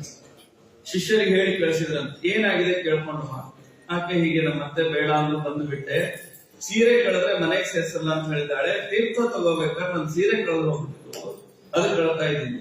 ಆಗಿಂದಾಗ ರೇಷ್ಮೆ ಸೀರೆ ತರಿಸಿ, ಇದು ಹೆಣ್ಣು ಮಕ್ಕಳಿಗೆ ತವರು ಮನೆ ಇದ್ದ ಹಾಗೆ ಈ ಸೀರೆ ಆಕೆ ಗುಡಿಯಲ್ಲಿ ಹಾಕಿ ಆರಾಮ ಮನೆಗೆ ಹೋಗುವಂತ ಹೇಳ್ತಾರೆ. ಅದೇ ಹತ್ತು ಬಟ್ಟೆಗೆ ಕಾಲ ಆವಾಗ ಕಷ್ಟ ಇತ್ತು. ಇವತ್ತು ಜನ್ಮಾಂತರದಲ್ಲಿ ಮಾಡಿದ ದಾನದ ಪುಣ್ಯ ನಿಜವಾಗಿಯೂ. ಅದಕ್ಕೊಂದು ಕತೆ ಹೇಳಿ ಉಪನ್ಯಾಸ ಮುಗಿಸ್ತೀನಿ. ಒಂದು ಪುರಾಣದಲ್ಲಿ ಬರುತ್ತೆ, ದ್ರೌಪದಿ ವಸ್ತ್ರಾಪಹಾರ ಕಾಲದಲ್ಲಿ ಯಾಕೆ ಇಷ್ಟು ಬಟ್ಟೆಯನ್ನು ಪಡೆದು ಅಂತ ಅಷ್ಟು ಬಟ್ಟೆ ಬಂದಲಾಕಿ ಅಕ್ಷಯವಾದ ಅಂಬರ. ಅದಕ್ಕೊಂದು ಕಥೆ ಇದೆ. ಒಂದು ಜ್ಞಾನಿಗಳು ಹಿಂದೆ ಅನೇಕ ಜ್ಞಾನಿಗಳೆಲ್ಲ ಸೇರಿ ಒಂದು ದೊಡ್ಡ ಯಾಗ ಮಾಡಿದ್ರು. ಎಲ್ಲ ದೇವತೆಗಳು ಅಲ್ಲಿ ಬಂದಿದ್ರು. ಅಲ್ಲಿ ಮಹಾನುಭಾವರಾದಂತಹ ಶುಕ್ರಾಚಾರ್ಯರು ಬಂದಿದ್ರು. ಆ ಯಾಗದ ಕೊನೆಗೆ ಅವಭೃತ ಸ್ನಾನ ಅಂತ ಮಾಡಿಸ್ತಾರೆ. ಗಂಗಾ ನದಿಯಲ್ಲಿ ಅವಭೃತ ಸ್ನಾನ. ಗಂಗಾ ನದಿಯಲ್ಲಿ ಅವಭೃತ ಸ್ನಾನ ಮಾಡ್ಲಿಕ್ಕೆ ಅಂತ ಎಲ್ಲರೂ ಎಳೆದಿದ್ದಾರೆ. ಶುಕ್ರಾಚಾರ್ಯರಿದ್ರು. ಶುಕ್ರಾಚಾರ್ಯರು ಅವಭೃತ ಸ್ನಾನಕ್ಕಾಗಿ ಎಳೆದಿದ್ದಾರೆ. ಎಳೆದಾಗ ಏನಾಯ್ತು ಅಂದ್ರೆ, ಶುಕ್ರಾಚಾರ್ಯರು ಹಾಕಿಕೊಂಡ ಕೌಪಿನ ಆ ಗಂಗೆಯ ರಭಸಕ್ಕೆ ಹೋಗ್ಬಿಟ್ಟು ಹರ್ಕೊಂಡು ಹಾಕೊಂಡಿದ್ದು ಇಷ್ಟೇ ಕೌಪಿನ ಒಂದು ತುಂಡು, ಅದು ಹೊರಟೋಯ್ತು. ಮೇಲೆ ಬರಬೇಕು ಅಂದ್ರೆ ಎಲ್ಲ ಹೆಣ್ಣು ಮಕ್ಕಳ ನಿಂತಿದ್ದಾರೆ. ಎಲ್ಲರಿಗೂ ಕೇಳ್ಕೊಂಡ್ರು, ಯಾರಾದ್ರೂ ಒಂದು ತುಂಡು ಬಟ್ಟೆ ಕೊಡ್ರಿ, ಏನ್ ಬಹಳ ಬೇಕಾಗಿದೆ ಕೌಪಿನಕ್ಕೆ, ಒಂದು ತುಂಡು ಬಟ್ಟೆ ಯಾರಾದ್ರೂ ಕೊಡ್ರಿ. ಯಾರು ಬಟ್ಟೆ ಮೇಲೆ ಯಾರು ಕೊಡ್ಲಿಲ್ಲ. ದ್ರೌಪದಿ ನಿಂತಿದ್ದ ಮಾತೃ ಸ್ವರೂಪಿ. ಆಗಿಂದಾಗ ಯೋಚನೆ ಮಾಡದೆ ತನ್ನ ಸೆರಗಿಂಗ್ ಹರಿದು ಕೃಷ್ಣಾರ್ಪಣ ಅಂದ್ರೆ ಪುರಂದರದಾಸರನ್ನು ಉಲ್ಲೇಖ ಮಾಡಿ ಒಂದು ಕೃತಿಯಲ್ಲಿ ಹೇಳ್ತಾರೆ. ಶುಕಾಚಾರ ಆಶೀರ್ವಾದ ಮಾಡ್ತಾರೆ. ಭಿಕ್ಷವ ಕೊಟ್ಟಲ್ಲೇ ದ್ರೌಪದಿ ವಸ್ತ್ರವ ಕೊಟ್ಟಲ್ಲೇ, ಲಕ್ಷ್ಮೀಪತಿ ನಿನಗೆ ಅಕ್ಷಯ ಮಾಡಲಿ ಭಿಕ್ಷವ ಕೊಟ್ಟಲ್ಲೇ, ತಕ್ಷಣದಿಂದ ಪರೀಕ್ಷೆ ಮಾಡದೆ ಭಿಕ್ಷವ ಕೊಟ್ಟಲ್ಲಿ. ಅವರಂತ ಒಂದು ಬಟ್ಟೆಯದು ಬೆಟ್ಟವಾಗಲಿ, ಶುಕಾಚಾರ ಮಾಡಿದ ಆಶೀರ್ವಾದ, ಒಂದು ಬಟ್ಟೆಯದು ಬೆಟ್ಟವಾಗಲಿ, ನಂದನ ಸುತ ಬಂದು ಒದಗಲಿ ಸತಿಯೇ, ಪುರಂದರ ವಿಠಲನ ಕರುಣದಿಂದ ಒಂದೊಂದೆಳೆಗೊಂದು ಅನಂತವಾಗಲಿ ಅಂತ ಅವತ್ತು ಶುಕಾಚಾರ್ಯರ ಆಶೀರ್ವಾದ ಮಾಡಿದರು. ನೋಡ್ರಿ ದ್ರೌಪದಿಗೆ ಯಾವ ಪ್ರಸಂಗದಲ್ಲಿ ಅದು ಒದಗಿ ಬಂತು ಅಂದ್ರೆ, ಎಂತಹ ಪ್ರಸಂಗದಲ್ಲಿ ದೇವರು ಕೊಟ್ಟ ಅಕ್ಷಯವಾದ ಅಂಬರ. ಬಹಳ ಜನ ಹೆಣ್ಮಕ್ಳು ಸ್ಟೇಜ್ ಕೆಳಗೆ ನಿಂತ್ಬಿಟ್ಟಿದ್ರು, ಒಂದು ಕ್ಯೂ ಹಚ್ಚಿದ್ರು ದ್ರೌಪದಿ ವಸ್ತ್ರಾಪಹಾರ ಆದ್ಮೇಲೆ. ರಾಶಿ ರಾಶಿ ರಾಶಿ ರಾಶಿ ಬಟ್ಟೆ, ಎಂಥದ್ದು ಯಾವುದೋ ಈ ಮೈಸೂರು ಸಿಲ್ಕ್, ಇಂಥ ಮೈಸೂರು ಸಿಲ್ಕೆ ಭಾರಿ ಈಗ ಸಿಲ್ಕ್ ಒಳಗೆ ಕಾಸ್ಟ್ಲಿನೂ ಹೌದು ಕ್ವಾಲಿಟಿನೂ ಹೌದು. ನಿಮ್ಗೆಲ್ಲ ಅದ್ರ ಬಗ್ಗೆ ಪರಿಚಯ ಇದೆ. ಇದೇನಾದ್ರೂ ಮುಂದೆ ಸಾಕ್ಷಾತ್ ಅಪ್ರಾಕೃತವಾದ ಬಟ್ಟೆ ಅಲ್ಲ, ಅದು ದೇವರ ಕೈಯಿಂದ ಬಂದದ್ದು, ಯಾರು ನೇರದ್ದಲ್ಲ, ದೇವರ ಕೈಯಿಂದ ಒಂದು ಅಪ್ರಾಕೃತವಾದ ಬಟ್ಟೆ. ಈ ಬಟ್ಟೆನ ಮನೆಗೆ ಒಯ್ಬೇಕು ಅಂತ ಹೆಣ್ಮಕ್ಳೆಲ್ಲ ಕ್ಯೂ ಹಚ್ಚಿದ್ರು ಸ್ಟೇಜ್ ಕೆಳಗೆ. ವಸ್ತ್ರಾಪಹಾರ ಮುಗಿದ ಮೇಲೆ ಅಷ್ಟು ಬಟ್ಟೆ ಸುತ್ತೋಯ್ತು. ಯಾಕಂದ್ರೆ ಅದು ದ್ರೌಪದಿ ಪುಣ್ಯ, ದ್ರೌಪದಿಗೆ. ಹೀಗಾಗಿ ಇವತ್ತೇನು ನಾವು ಬಟ್ಟೆ ಉಡ್ತೀವಿ, ಈ ಬಟ್ಟೆ ಹಿಂದೆ ದಾನ ಮಾಡಿದ ಪುಣ್ಯ ಇದೆ. ನಾನು ಮಾಡಿದ್ದು, ನನ್ನ ಹಿರಿಯರು ಮಾಡಿದ್ದು. ಉಂಬುವುದಕ್ಕೆ ಅನ್ನದಾನವೇ ಸಾಕ್ಷಿ. ಇವತ್ತು ಊಟ ಮಾಡ್ತಾ ಇರೋದು ಅನ್ನದಾನ ಸಾಕ್ಷಿ, ಇವತ್ತು ಉಡೋ ಬಟ್ಟೆಗೆ ವಸ್ತ್ರದಾನ ಸಾಕ್ಷಿ. ಆದ್ದರಿಂದಾಗಿ ಅಂತ ಈ ಬಟ್ಟೆ ಮೇಲೆ ದಾನ ಮಾಡ್ತಾರೆ. ಅದನ್ನು ಭಗವಂತ ಹೇಳ್ತಾರೆ, ಇಷ್ಟು ಬಟ್ಟೆ ದಾನ ಮಾಡ್ರಿ, ಬಟ್ಟೆ ಇದೆ ಇಟ್ಟಿಟ್ಟು ಕೆಡಿಸ್ತಾರೆ, ಇನ್ನೊಬ್ರಿಗೆ ಕೊಡಲ್ಲ. ನಮ್ಮಲ್ಲಿ ಈಗ ಅದು ಶುರು ಆಗಿದೆ. ಕೆಟ್ಟ ಮೇಲೆ ದಾನ ಶುರು ಆಯ್ತು. ಅದೇನೋ ಕಲರ್ ಬಿಟ್ಬಿಟ್ಟಿದೆ, ಶೇಡ್ ಆಗಿದೆ. ನಾಳೆ ಮತ್ತೆ ದ್ವಾದಶಿ ಯಾರಾದ್ರೂ ಬ್ರಾಹ್ಮಣರಿಗೆ ಕೊಟ್ಬಿಡ್ರಿ, ಬೇಡ ನಮ್ಗೆ ಉಡ್ಲಿಕ್ಕೆ ಆಗಲ್ಲ ಅಂದ್ರೆ ಆಚಾರ್ಯ ಕೊಡ್ತೀವಿ. ನೀವು ನಂಬುತ್ತೀರೋ ಇಲ್ಲೋ, ದಾನಗಳಿಗೆ ಕೆಲವು ವಸ್ತುಗಳು ಬಂದಿವೆ. ಈ ಮರದ ಭಾಗದ ಸಾಮಾನು ಅಂತ ನೀವು ಗ್ರಂಥಿಗೆ ಮೇಲೆ ಈ ಊರಲ್ಲಿ ಗೊತ್ತಿಲ್ಲ, ನಮ್ ಕಡೆ ಎಲ್ಲ ಹಾಕ್ಸಿರತ್ತೆ. ದಾನ ಕೊಡ್ಲಿಕ್ಕೆ ಈ ಮರದ ಭಾಗದಲ್ಲಿ ಇಡೋ ಸಾಮಾನು ಕೊಡ್ರಿ ಅಂದ್ರೆ ಅವ್ರು ಒಂದು ಕೊಡ್ತಾರೆ. ತುಪ್ಪ ನೀವು ಅಂಗಡಿಯಲ್ಲಿ ಹೋಗಿ ಕೇಳಿದ್ರೆ ಬಳಸ್ಲಿಕ್ಕೋ ಹೋಮಕ್ಕೋ ಕೇಳ್ತಾರ. ನಾನು ಇಲ್ಲಿ ನೋಡಿ ನಮ್ಮೂರಲ್ಲಿ ಒಂದು ತುಪ್ಪ ಸಿಗತ್ತೆ, ಅದ್ರ ಮೇಲೆ ನೀಟಾಗಿ ಬರ್ದಿರ್ತಾರೆ ಇದು ಬರೀ ಹೋಮಕ್ಕೆ ತಿನ್ಲಿಕ್ಕೆ ಯೋಗ್ಯ ಅಲ್ಲ ಅಂತ ಬರ್ದಿರ್ತಾರೆ. ಇಂಥ ತುಪ್ಪ ಹಾಕಿ ನಾವು ಹೋಮ ಮಾಡಿದ್ರೆ ಯಾವ ದೇವತೆಗಳು ಸಂತೋಷ ಪಡ್ತಾರೆ? ಎಷ್ಟು ನಾವು ಕಮರ್ಷಿಯಲ್ ಆಗ್ತಾ ಇದ್ದೀವಿ ಅನ್ನೋದಕ್ಕೆ ಇದು ಉದಾಹರಣೆ. ಬೇಜಾರಾಗುತ್ತೆ. ಇದಕ್ಕೆ ರೇಟ್ ಕಮ್ಮಿ, ದೇವ್ರ ಮುಂದೆ ದೀಪಕ್ಕೆ ಅಂತ ತುಪ್ಪ ತಗೋ. ನಾವು ಅಡಿಗೆಗೆ ಒಳ್ಳೆ ತುಪ್ಪ ಬೇಕಂತ ಘಮ ಘಮ ವಾಸನೆ ಇರೋ ತುಪ್ಪ. ಜನ್ಮಾಂತರದಲ್ಲಿ ಏನಾಗಬೇಕು ಬಹಳ ಕಷ್ಟ. ಆದ್ದರಿಂದ ಕಿರಾಣಿಗೆ ಪತಿನ ಸಂತಿ ದಿಶಂತಿ ಬಿಚ್ಚ, ದಾರಿಯಲ್ಲಿ ಹರಿದ ಬಟ್ಟೆ ಸಿಗತ್ತಲ್ಲ ಬಟ್ಟೆ ಮೇಲೆ ಮೋಹ ಮಾಡಬೇಡಿ. ದಿಶಂತಿ ಭಿಕ್ಷಾ ನೋವಾಗ್ರಿಪಾಹ, ಗಿಡ ಮರಗಳೇನು ಹಣ್ಣು ಕೊಡಲ್ಲ ಅಂತ ಇವೆಯಾ, ಪಾಸ್ವರ್ಡ್ ಹಾಕಿಟ್ಕೊಂಡಿವೆ ಕಿತ್ಲಿಕ್ಕೆ ಬರದ ಹೆಚ್ಚಾಗಿ. ಇವೆಲ್ಲ ನಮ್ ಸ್ವಭಾವ, ಯಾರೇನೋ ತಗೋಬಾರ್ದು ಪಾಸ್ವರ್ಡ್ ಹಾಕೋದು. ಅಕಸ್ಮಾತ್ ಗಿಡ ಮರಗಳು, ಹರಿಯುವ ನದಿ ಪ್ಯಾಟ್ರನ್ ಇಟ್ಟಿದ್ರೆ ಹಿಂಗಿರೋದು. ಇಷ್ಟು ಕಾವೇರಿ ಹರಿತಾ ಇದೆ, ಏನೋ ಪರ್ವಕಾಲ ಸ್ನಾನ ಮಾಡ್ಲಿಕ್ಕೆ ಹೋಗ್ಬೇಕು, ಒಳಗೆ ಇಳಿಬೇಕು ಅಂದ್ರೆ ಪಾಸ್ವರ್ಡ್ ಹಾಕಿ ಇಳಿಬೇಕು. ಹಂಗಿದ್ರೆ ಕಲ್ಪನಾ ಮಾಡಿ ಹೆಂಗಿರ್ತಿತ್ತು ಗೊತ್ತಿಲ್ಲ. ನಾಳೆ ಒಂದು ಕಾಲ ನಾವು ಹೀಗ್ ಮಾಡಿದ್ರು ಮಾಡ್ತಾರೆ. ನದಿ ನೀರ್ ಕೊಡಲ್ಲ ಅಂತ ಇಲ್ಲ, ಗಿಡ ಹಣ್ಣು ಕೊಡಲ್ಲ ಅಂತ ಇಲ್ಲ. ವೃದ್ಧ ಗುಹಾಹ ಕಿಂ ಅವಧೂತ ಸುಹೃನ್ನ ಕೃಷ್ಣ. ತೆರೆದ ಗುಹೆಗಳಿವೆ, ಯಾಕೆ ಮನೆ ಕಟ್ತೀರಿ? ಗುಹೆಗಳಲ್ಲಿ ವಾಸ ಮಾಡಬೇಡ ಅಂತ. ಕೃಷ್ಣನೇ ಸ್ನೇಹಿತನಾಗಿ ಇದ್ದಾಗ ಧನ ದುರ್ಮಧಂಧರಾಗಿ ಯಾರನ್ನೋ ಯಾಕೆ ಬೇರೆ ಮಾಡ್ತೀರಿ? ಭಾಗವತ ಹೀಗಾಗಿ ಈ ಅಂಶಗಳನ್ನೆಲ್ಲ ಜೀವನದಲ್ಲಿ ಅಳವಡಿಸಿಕೊಂಡಾಗ ಮಾತ್ರ ಆ ದೇವರನ್ನು ನೋಡಲಿಕ್ಕೆ ಸಾಧ್ಯ ಅನ್ನುವಂತಹ ಮಾತನ್ನ ಶುಕಾಚಾರ್ಯರು ಹೇಳ್ತಾರೆ. ಮುಂದಿನ ಚಿಂತನೆ ಪುನಃ ನಾಳೆ ತಿಳಿಯುತ್ತೆ. ಪೂಜಾ ಕರ್ಮಚಾರಿ ತಥಾಪಿ ಮಕ್ಕಳ ಪೂಜಾ ಪ್ರಸಾದೇನ ನನ್ಯಥ ಅನೀನ ಫಲಯತ್ಪುಣ್ಯ ತದಾತ್ಮ ಗುರು ನಮ್ಮ ಸ್ಮೃಗುರುವಂತರ್ಗತ ತಥಾ ತೀರ್ವಂತ ಪ್ರಾಣಾಂತರ್ಗತ ಸೀತಾಪತೆ ಶ್ರೀರಾಮಚಂದ್ರ ಪ್ರಿಯತಾಂ ಶ್ರೀಕವರವತು ಶ್ರೀಕೃಷ್ಣ.